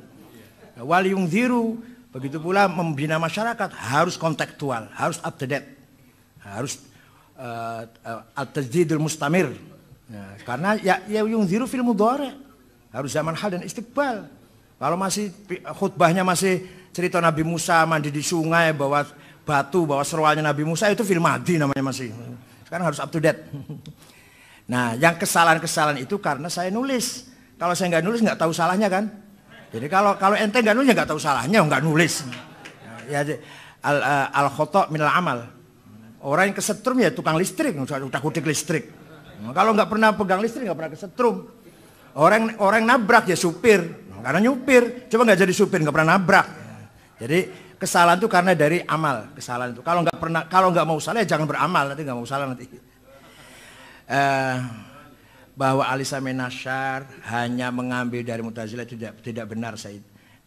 Ali Samin Asy'ar malah menekankan mengambil dari Al-Maqalatul Islamiyyin, Al-Milal wan Nihal, selalu ngambil dari itu, Al-Milal wan Nihal, Al-Farqu bainal Firaq, karena Ali Samin Asy'ar terkenal Asy'ari abad ke-20. Yang paling mempertahankan mazhab Asy'ari di Mesir, beliaulah orangnya. Ketika Asy'ari baru saja habis diserang oleh Syekhul Akbar Muhammad Abduh, the Grand of Sheikh Al-Azhar. Nah, tentang sanad tadi, memang siapa tadi? Wasil bin Atha, temannya Abu Hashim memang ya. Abu Hashim kenapa namanya Abu Hashim padahal dia nggak punya istri, mati belum punya istri, tapi namanya kok Abu Hashim. Saya nggak tahu kenapa namanya Abu Hashim, padahal nggak punya anak. Abu Hashim ini anaknya Muhammad bin Hanafiyah. Dialah yang menggerakkan pasukan di bawah tanah untuk menggulingkan dinasti Bani Umayyah. Pimpinan di timur Abu Muslim Al-Khurasani, itu kadernya Abu Hashim yang akan siap menggulingkan Bani Umayyah. Abu Hashim punya catatan pasukan-pasukan itu, jaringan-jaringan lah. Di tengah jalan sakit perut, lari ke rumahnya Ali bin Abdullah bin Abbas. Mati di situ, wafat di rumahnya Ali bin Abdullah bin Abbas. Abu Hashim itu mati, dibuka tasnya oleh Ali bin Abdullah bin Abbas. Ternyata nama-nama jaringan-jaringan kader-kader Syiah yang akan menggulingkan dinasti Bani Umayyah diambil oleh Ali bin Abdullah bin Abbas. Jadi perjuangan Abu Hashim diteruskan oleh Bani Abbas. Menang. Pertama kali khalifah adalah Muhammad Abul Abbas ibn Ali bin Abdullah bin Abbas yang terkenal As-Saffah. Mengapa As-Saffah? Karena semua Bani Umayyah gede cilik lanang wadon tuwa enom patine kabeh oleh Muhammad ibn Ali ibn Abdullah ibn Abbas. laki, perempuan, tua, muda, kecil, bunuh semua. Kecuali satu yang lari, Abdurrahman Ad-Dakhil, lari dari Syria sampai ke Spanyol, ke mana Andalus. Maka dinasti Bani Umayyah berdiri sendiri di sana. Terjadilah perdebatan bagaimana hukumnya kalau ada imam dua khalifah. Di timur Bani Abbasiyah, di barat Bani Umayyah. Itulah cerita Abu Hashim, sedikit tentang Abu Hashim. Abu Hashim orangnya cerdas, orangnya pinter, cerdas, politisi, aktivis, energik. Bisa membangun jaringan di bawah tanah malah yang akan menggulingkan dinasti Bani Umayyah. Ternyata tidak panjang umurnya, malah mati belum kawin, diambil alih oleh Ali bin Abdullah bin Abbas, yang nanti suksesnya khalifah pertama Bani Abbas adalah Muhammad Abul Abbas As-Saffah ibn Ali ibn Abdullah bin Abbas. Itu yang membantai semua Bani Umayyah sehabis-habisnya itu. Maka disebut As-Saffah, jagal. Apa jagal ya Saffah itu ya? Haus darah. Nah, itu sekitar itu. Jadi Al-Islam Nasyar mengambil dari Waqatul Islamiyin, dari Melawani Hal dan seterusnya. Masalah apa tadi? Gabungan antara Mu'tazilah dan Syiah ceritanya begini. Setelah Mutawakkil 'ala Allah berkuasa, maka tokoh-tokoh Mu'tazilah dipecatin semua dari lembaga-lembaga pendidikan, pecat semua. Yang tadi sebelumnya gajinya besar-besar. Waktu zaman Ma'mun, Mu'tasim, Wathiq, kalau Mu'tazilah gajinya berapa ya? Kira-kira kalau sekarang berapa? Kira-kira sekarang berapa? 10 juta lah ya sebulan. Kalau yang qala Rasulullah Mujibatul Husli 2 juta. Furudil Wudu'i 2 juta. Tapi kalau yang ilmu kalam, filsafat 10 juta. Itu zaman Ma'mun, Mu'tasim, Wathiq. Mutawakkil 'ala Allah membalik keadaan. Yang ngajarkan hadis besar gajinya. Yang ilmu kalam diberangus malah. Dipecatin. Oleh gubernur Dailam, namanya Ibnu Ibad, yang Syiah. Sini. Mu'tazilah kamu sudah gak dipakai di Kairo, gak dipakai di Mekah Madinah, di Syria, gak sudah dikucilkan di sini. Maka terjadi eksodus, ulama-ulama Mu'tazilah pindah ke Dailam, yang gubernur waktu itu Syiah Ibnu Ibad. Di sini hebatnya Syiah. Hebatnya gimana? Prinsip Syiahnya tidak luntur. Tetap percaya pada wasiyah, ismatul a'immah, raj'ah, mahdiyah, taqiyah, tapi intelektual dibangun karena kemasukan Mu'tazilah. Dari sejak itulah Syiah bukan hanya partai politik, tapi juga gerakan-gerakan intelektual sampai sekarang. Sampai sekarang embargo spare part pesawat oleh Amerika, iya. Amerika melarang ngirim onderdil pesawat ke Iran. Ya wes ora apa-apa, gawe dhewe. Sampai sekarang spare part onderdil pesawat Iran itu bikin sendiri. Enggak usah beli dari luar negeri karena diembargo oleh Amerika. Dan sekarang satu negara yang melawan Amerika ya Iran. Lepas dari mazhabnya salah, klerus lah, apa kufur apa lah, pokoknya yang sekarang satu-satunya orang yang berani menantang Amerika itu Syiah. Satu negara yang tidak punya utang juga Iran. Satu-satunya yang membela Palestina terang-terangan usaha basa-basi ya Iran. Padahal Palestina tidak ada Syiah. Orang Palestina tidak ada Syiah, orang Palestina. Tapi yang membelain Palestina mati-matian Iran. Ini lepas dari kufrun apa nifakun apa dolalun lah. Iya.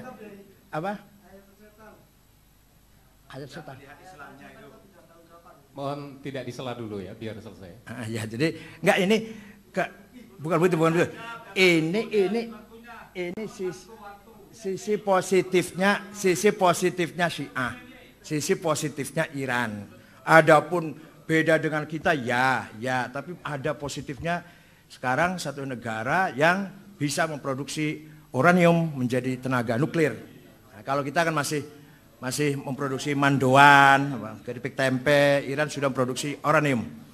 Tentang sanad tadi, yang mengkotik tadi sanad ahli sunnah, itu dari tahun saja. Kita lihat dari tahun dan dari pengaruh.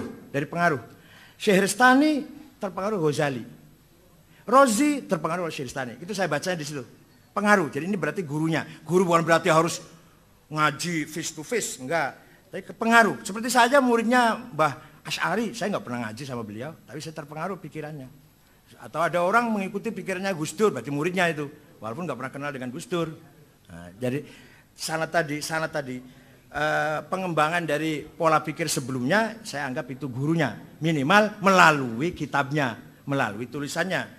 Imam Syahristani sangat terpengaruh oleh Ghazali, Imam Rozi sangat terpengaruh oleh Syahristani, Imam Sanusi terpengaruh oleh Khalduddin Al-Ijid dan seterusnya.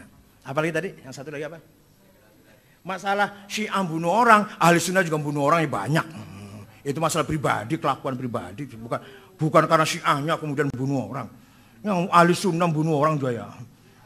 Ya, yang tiap hari carok juga banyak Ahli Sunnah semua. Enggak masalah kelakuan, bukan masalah madhab lah. Ya Ahli Sunnah korupsi ya banyak. Ya, jadi seperti tadi saya sampaikan bahwa kita tabayun. Jadi mohon fokus pada persoalan-persoalan yang tadi telah disampaikan oleh Forum Kiai Muda, kemudian apa yang disampaikan oleh beliau Kiai Said Agil, di luar konteks itu saya sebagai moderator tidak akan menerima. Saya persilakan termin pertama, saya buka 5 penanya. Assalamualaikum warahmatullahi wabarakatuh. Saya Rahmat dari Jember. Tadi Bapak Kiai masih belum sempat menjelaskan, menjawab ulang bahwa Aswaja itu muncul dilatar belakangi oleh politik yang katanya cerita tentang bahwa Rasul ketika ada orang yang disuruh masuk Islam itu tadi dan janji bahwa akan menguasai Persia dan Romawi dikuasai Islam, tadi belum sempat dijawab. Padahal Rasul sendiri kata Allah wa ma yantiqu anil hawa in huwa illa wahyuha. Itu mohon dijawab ulang. Terima kasih. Yes, saya akan menguasai Persia dan Romawi. Itu gitu loh, namanya bahasa statement politik namanya. Tapi kalau ya bukan. Ya, tapi itu adalah proyeksi. Proyeksi apa? Agenda ke depan. Bukan motif politik. Kelahirannya Islam bukan karena motif politik, tetapi ada agenda. Ya, Islam tidak bisa lepas dari proyeksi-proyeksi Islam dilahirkan karena motif politik. Atau begini, mohon bisa diselesaikan dulu. Selesaikan dulu. Ya kalau salah bisa terbit kedua sedang. Monggo ya, silakan. Ya itu tadi. Kata-kata satuf tahu itu adalah statement politik. Statement politis, proyeksi ke depan agenda politik. Majapahit, Pajajaran harus hilang. Caranya tidak dengan tapi harus hilang. Itu namanya agenda politik namanya.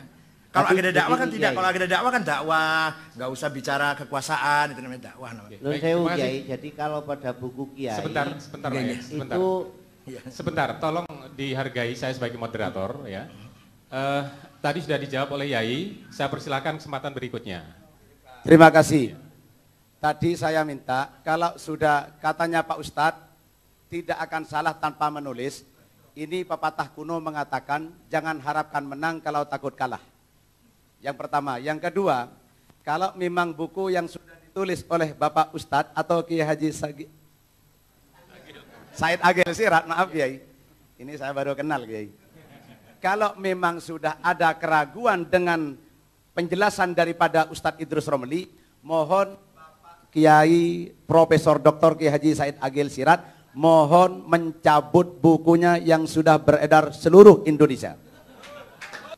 Apa yang disampaikan oleh Bapak Said Agil mengenai penyegaran yang dulu katanya penyegaran kajian Aswaja ternyata sudah menabrak sana sini sehingga yang pertama ditabrak adalah kajian ta'arif dari Aswaja yang disampaikan oleh Hasyim Asy'ari. Beliau tidak malu-malu sekali mengatakan ini maaf agak risih dan memalukan.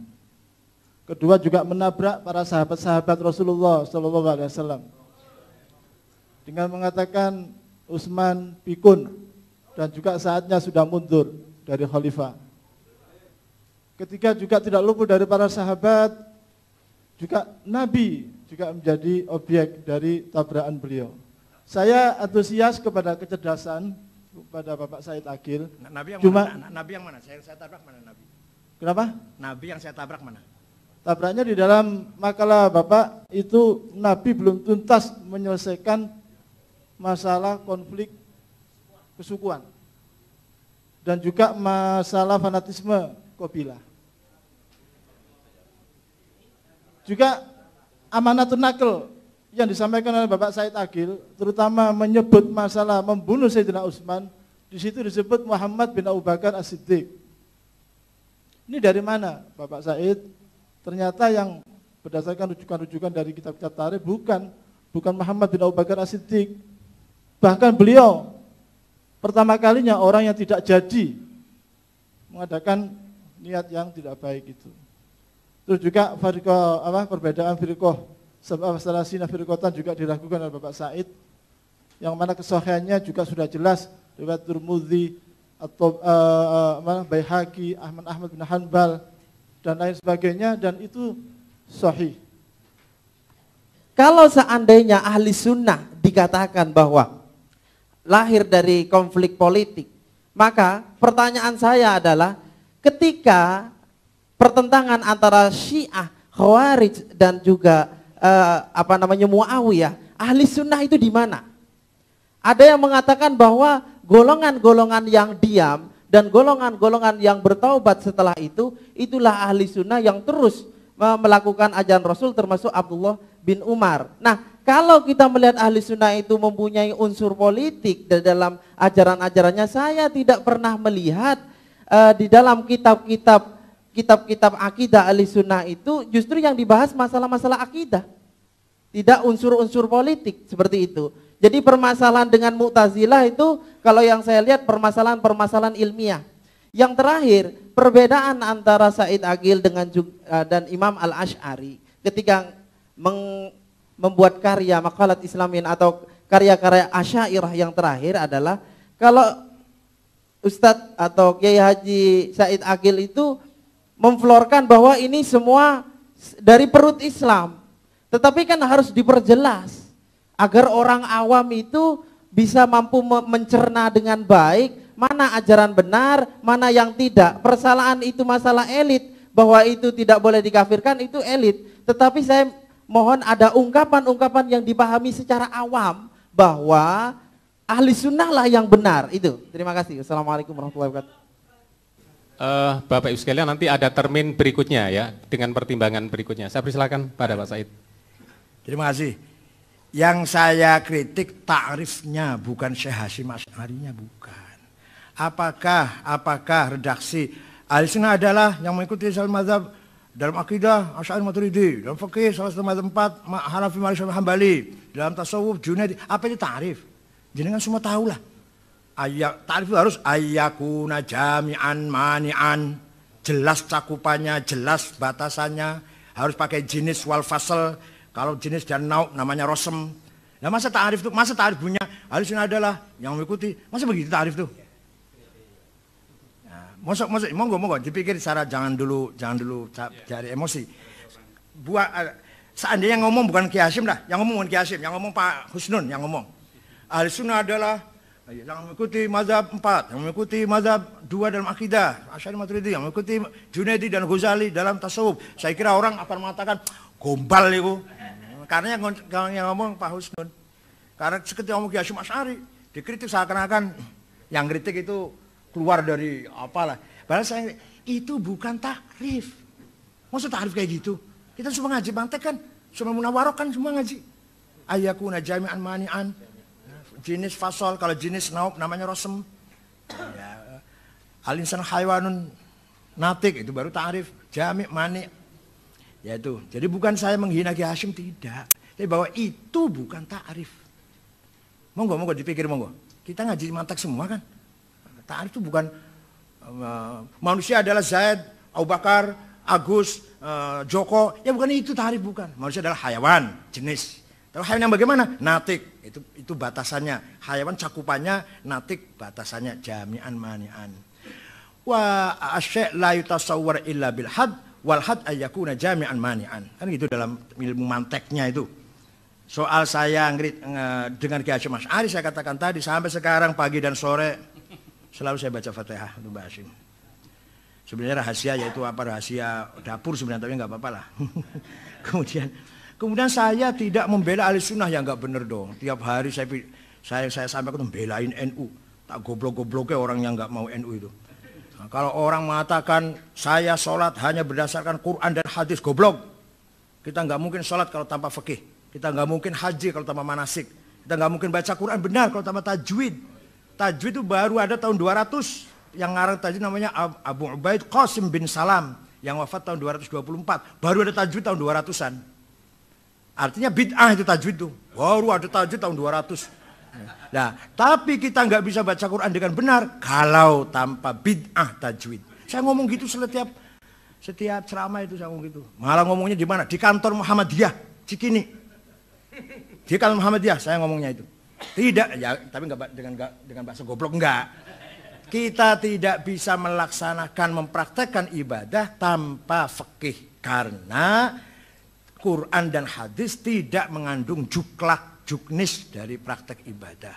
Saya berani taruhan kalau ada orang pergi haji tanpa ikut seseorang, nggak akan sesat pasti. Nggak bisa cari Arafah, Muzdalifah, Mina dan gimana caranya balang, gimana caranya tawaf kalau tanpa yang ada yang diikutin. Lah, ada yang diikuti itu namanya taklid namanya.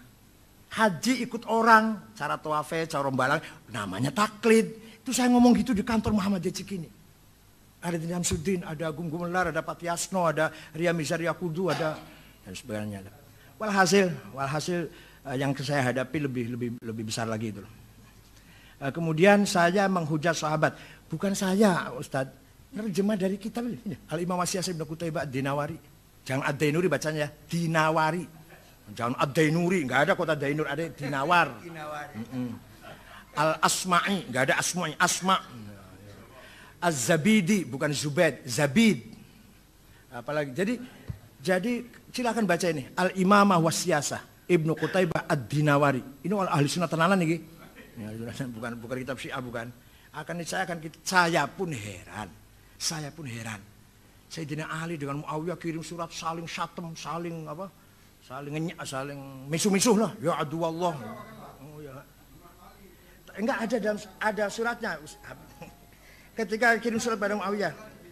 Mohon bisa diselesaikan dulu. Ya. Moga ya. Baca dulu Habib ya, baca dulu Habib. Kemudian saya bukan hujat Nabi, saya mengatakan orang Arab ternyata belum siap menghilangkan kesukuan. Begitu Rasulullah wafat, mulai intrik kesukuan mulai muncul. Walaupun belum sangatnya nanti puncaknya Bani Umayyah, Bani Abbasiyah, Bani Saljuk, Bani Buweh, itu kan sudah suku itu namanya. Ketika Sayyidina Ali, ketika Rasulullah, Sayyidina Ali tidak pernah mengatakan Al-Hashimi, nggak pernah. Ali Al-Murtado, Abu Bakar As-Siddiq, bukan Al-Taimi, Umar Al-Faruq, bukan Al-Adai. Artinya suku itu nomor berapa lah? Apa namanya? Fam itu loh. Nah, setelah Rasulullah wafat sudah mulai muncul ada pertimbangan kesukuan. Apalagi ketika tim formatur 6 orang yang akan mengganti Sayyidina Umar. Itu udah pertimbangan sukunya besar sekali.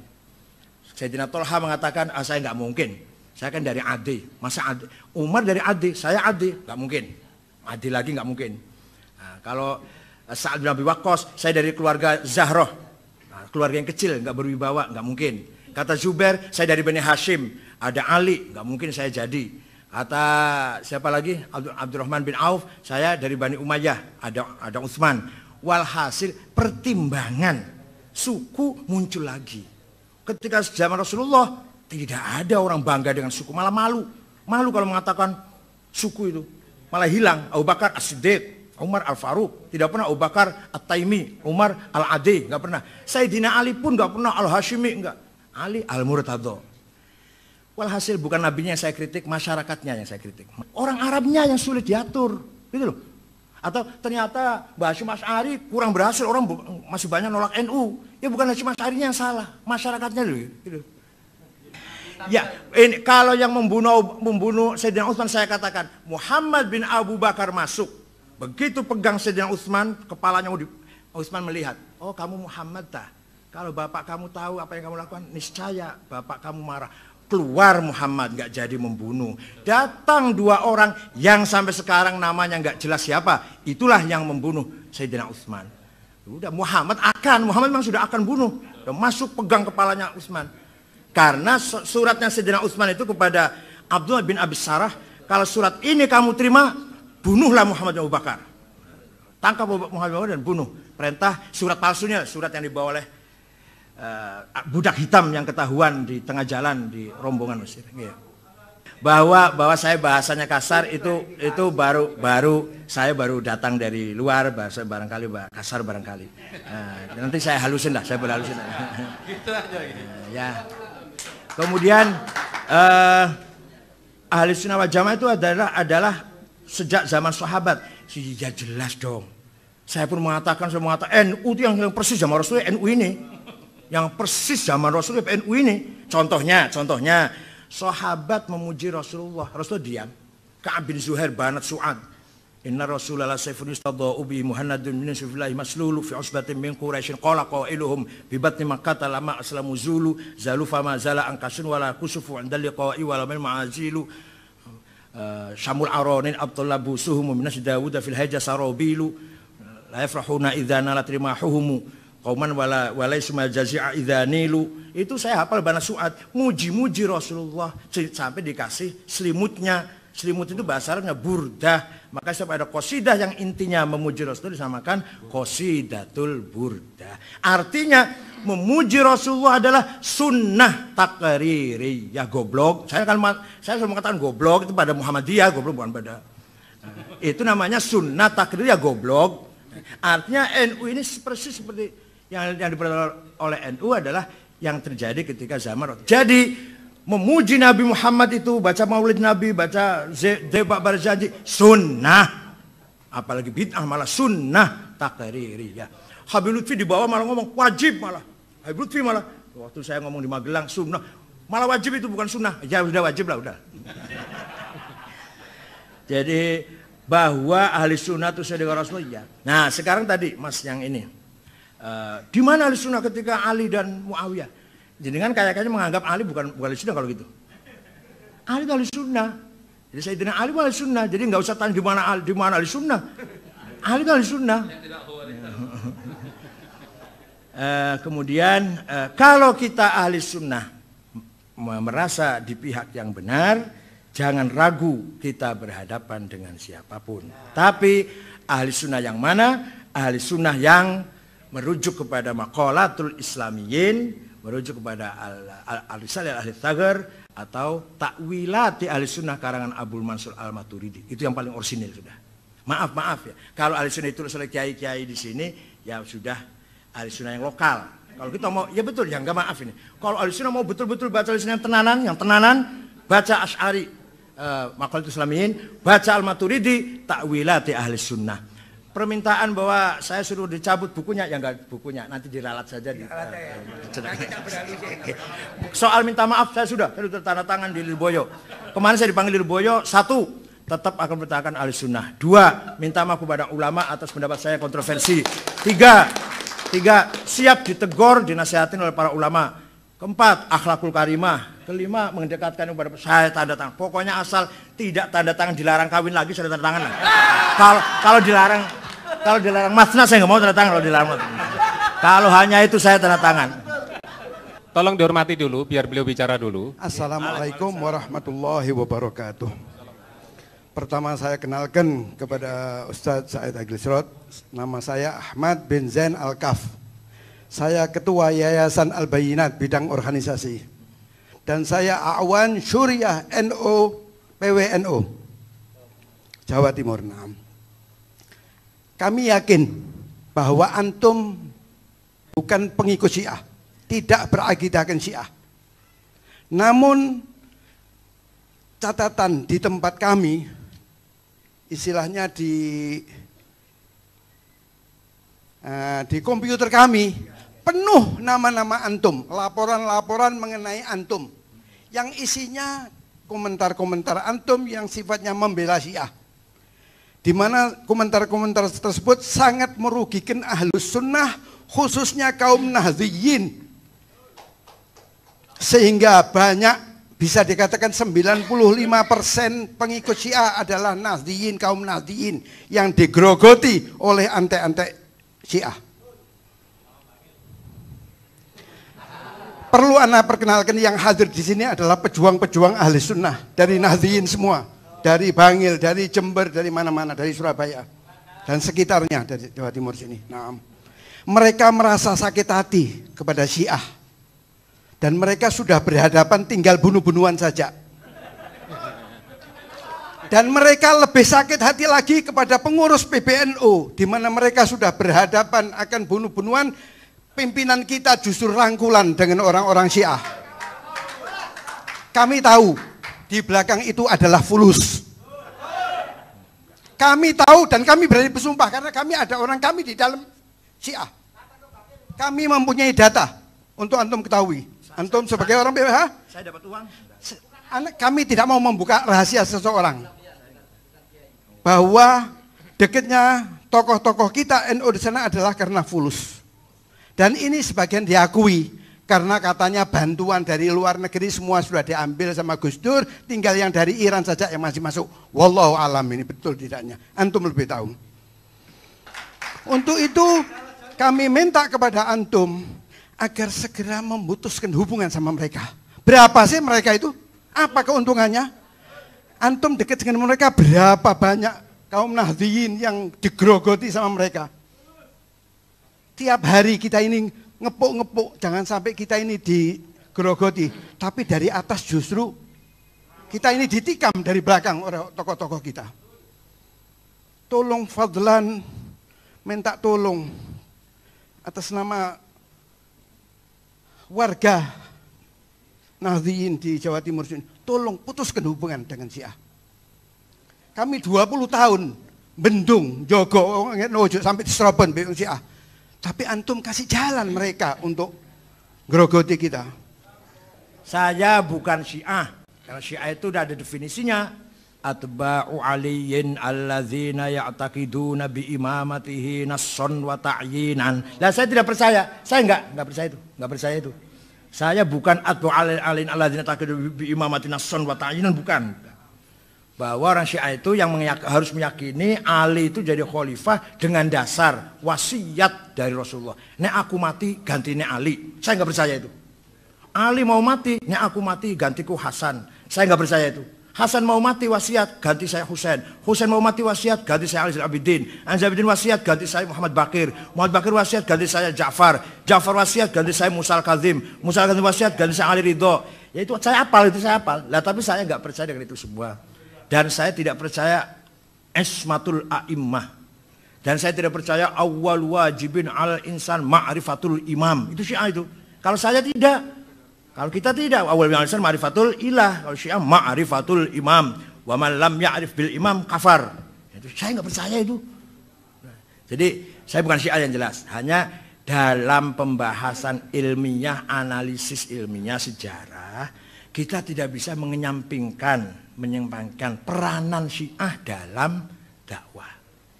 Dalam sejarah loh Pak, dalam sejarah. Syiah juga pernah perang dengan Nggih. Ya. Jadi yang imam 12 namanya, yang percaya pada imam itu 12 imamiyah. Kalau yang berhenti pada Ali Zalabi, Muhammad bin Hanafiyah namanya kisaniyah. Yang mendirikan adalah Mukhtar ibn Abi Ubaid yang berjasa, Mukhtar ibn Abi Ubaid berjasa membunuh semua pembunuh Husain. Semua pembunuh Husain dibunuh oleh Mukhtar bin Abi Ubaid. Sampai kepalanya dibawa ke Muhammad bin Hanafiyah. Nah, tapi berhenti di situ. Kalau yang sampai Muhammad Al-Baqir kemudian Ali Zainal Abidin kemudian mengangkat Zaid, namanya Zaidiyah.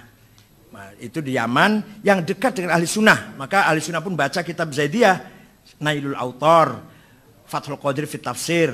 Nah, itu Syarah Bulughul Maram. Itu yang nulis Syiah Zaidiyah oleh ya, tapi artinya kiai-kiai NU pun membaca syarah Subul Salam, syarah Bulughul Maram Salam, itu yang ngarang Syiah Zaidiyah. Nailul Autor itu yang ngarang Syiah Syaukani, Syiah Zaidiyah.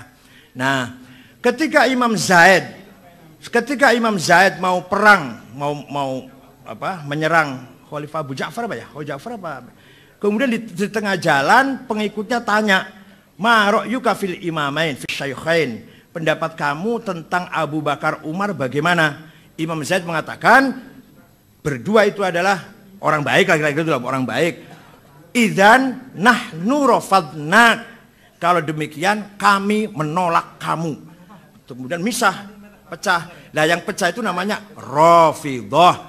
Dari kata mereka idzan rafadnak. Itu asal mulanya gelar Rafidhah. Kemudian sampai Ja'far Shadiq putra pertama namanya Ismail. Tapi Ismail ini wafat sebelum Ja'far. Tapi begitu Ja'far Shadiq mati, kata orang tetap pengganti Ja'far Ismail. Walaupun Ismail itu mati sebelumnya Ja'far. Itulah Ismailiyah. Berhenti di situ Imam. Namanya Sab'iyah 7. Nanti pecah jadi 2. Yang sekarang ada Nizariyah, ada Bahroh. Bahroh di Bali ada, di India banyak. Nizariyah pecah lagi jadi Nusairiyah dan Alawiyah. Dan Alawiyah Hafidh Asad. Alawiyah, kalau Bahroh Nizariyah jadi Duruz, Wali Jumblat, Kamal Jumblat. Nah, kalau yang Alawiyah jadi Binazir Buto, Ali Buto, itu Ismailiyah Nizariyah. Oh, panjang lebar. Ali Khan, Abdul Karim Khan, itu pengusaha konglomerat muslim, itu Ismailiyah Nizariyah. Nah, yang terus sampai 12 namanya Imamiyah atau Ithna Asyariyah. Yang kalau kita akui secara jujur, mereka berjuang melawan Israel, membela Palestina sekarang. Itu adalah Ithna Asyariyah. Assalamualaikum warahmatullahi wabarakatuh. Alhamdulillah, seluruh yang hadir saya doakan hidupnya diberkahi Allah, panjang umur, murah rezeki. Diskusi yang akrab penuh kekeluargaan ini dapat saya simpulkan satu, bahwa akhina fillah Kiai Haji Profesor Dr. Said Agil Sirot adalah bukan orang Syiah. 2, dia adalah orang NU asli, tetap berpegang kepada nilai-nilai salaf, berpegang pada kitabullah, sunnat Rasul, dan ijma'nya para sahabat. Adapun ada sisi-sisi beda adalah dalam kajian pemikiran dan sudut pandang. Kepala sama berambut, kecerdasan beda. Bismillahirrahmanirrahim. Alhamdulillahirabbil alamin. Hamdan yuwafi ni'ama wa yukammu mazida. Ya Rabbana lakal hamdu kama yanbaghi li jalali wajhika wa 'azimi sultanik. Allahumma salli wa sallim wa barik ala Sayyidina Muhammadin nurid dad wa sirris sari bisairil asma'i was sifat. Allahumma salli ala Sayyidina Muhammadin al-fatih lima ughliqa wal khatim lima sabaq nasilil haqqi bil haqq wal hadi ila siratikal mustaqim wa ala ali haqqa qadrihi wa miqdaril azim. Allahumma sallimna min fitnati hadhiz zaman. Allahumma sallimna min fitnati hadhiz zaman. Allahumma sallimna min fitnati hadhiz zaman. Allahumma dina siratal mustaqim, siratal anbiya'i wal mursalin. Allahumma dina siratal mustaqim, siratal ulama'i was salihin.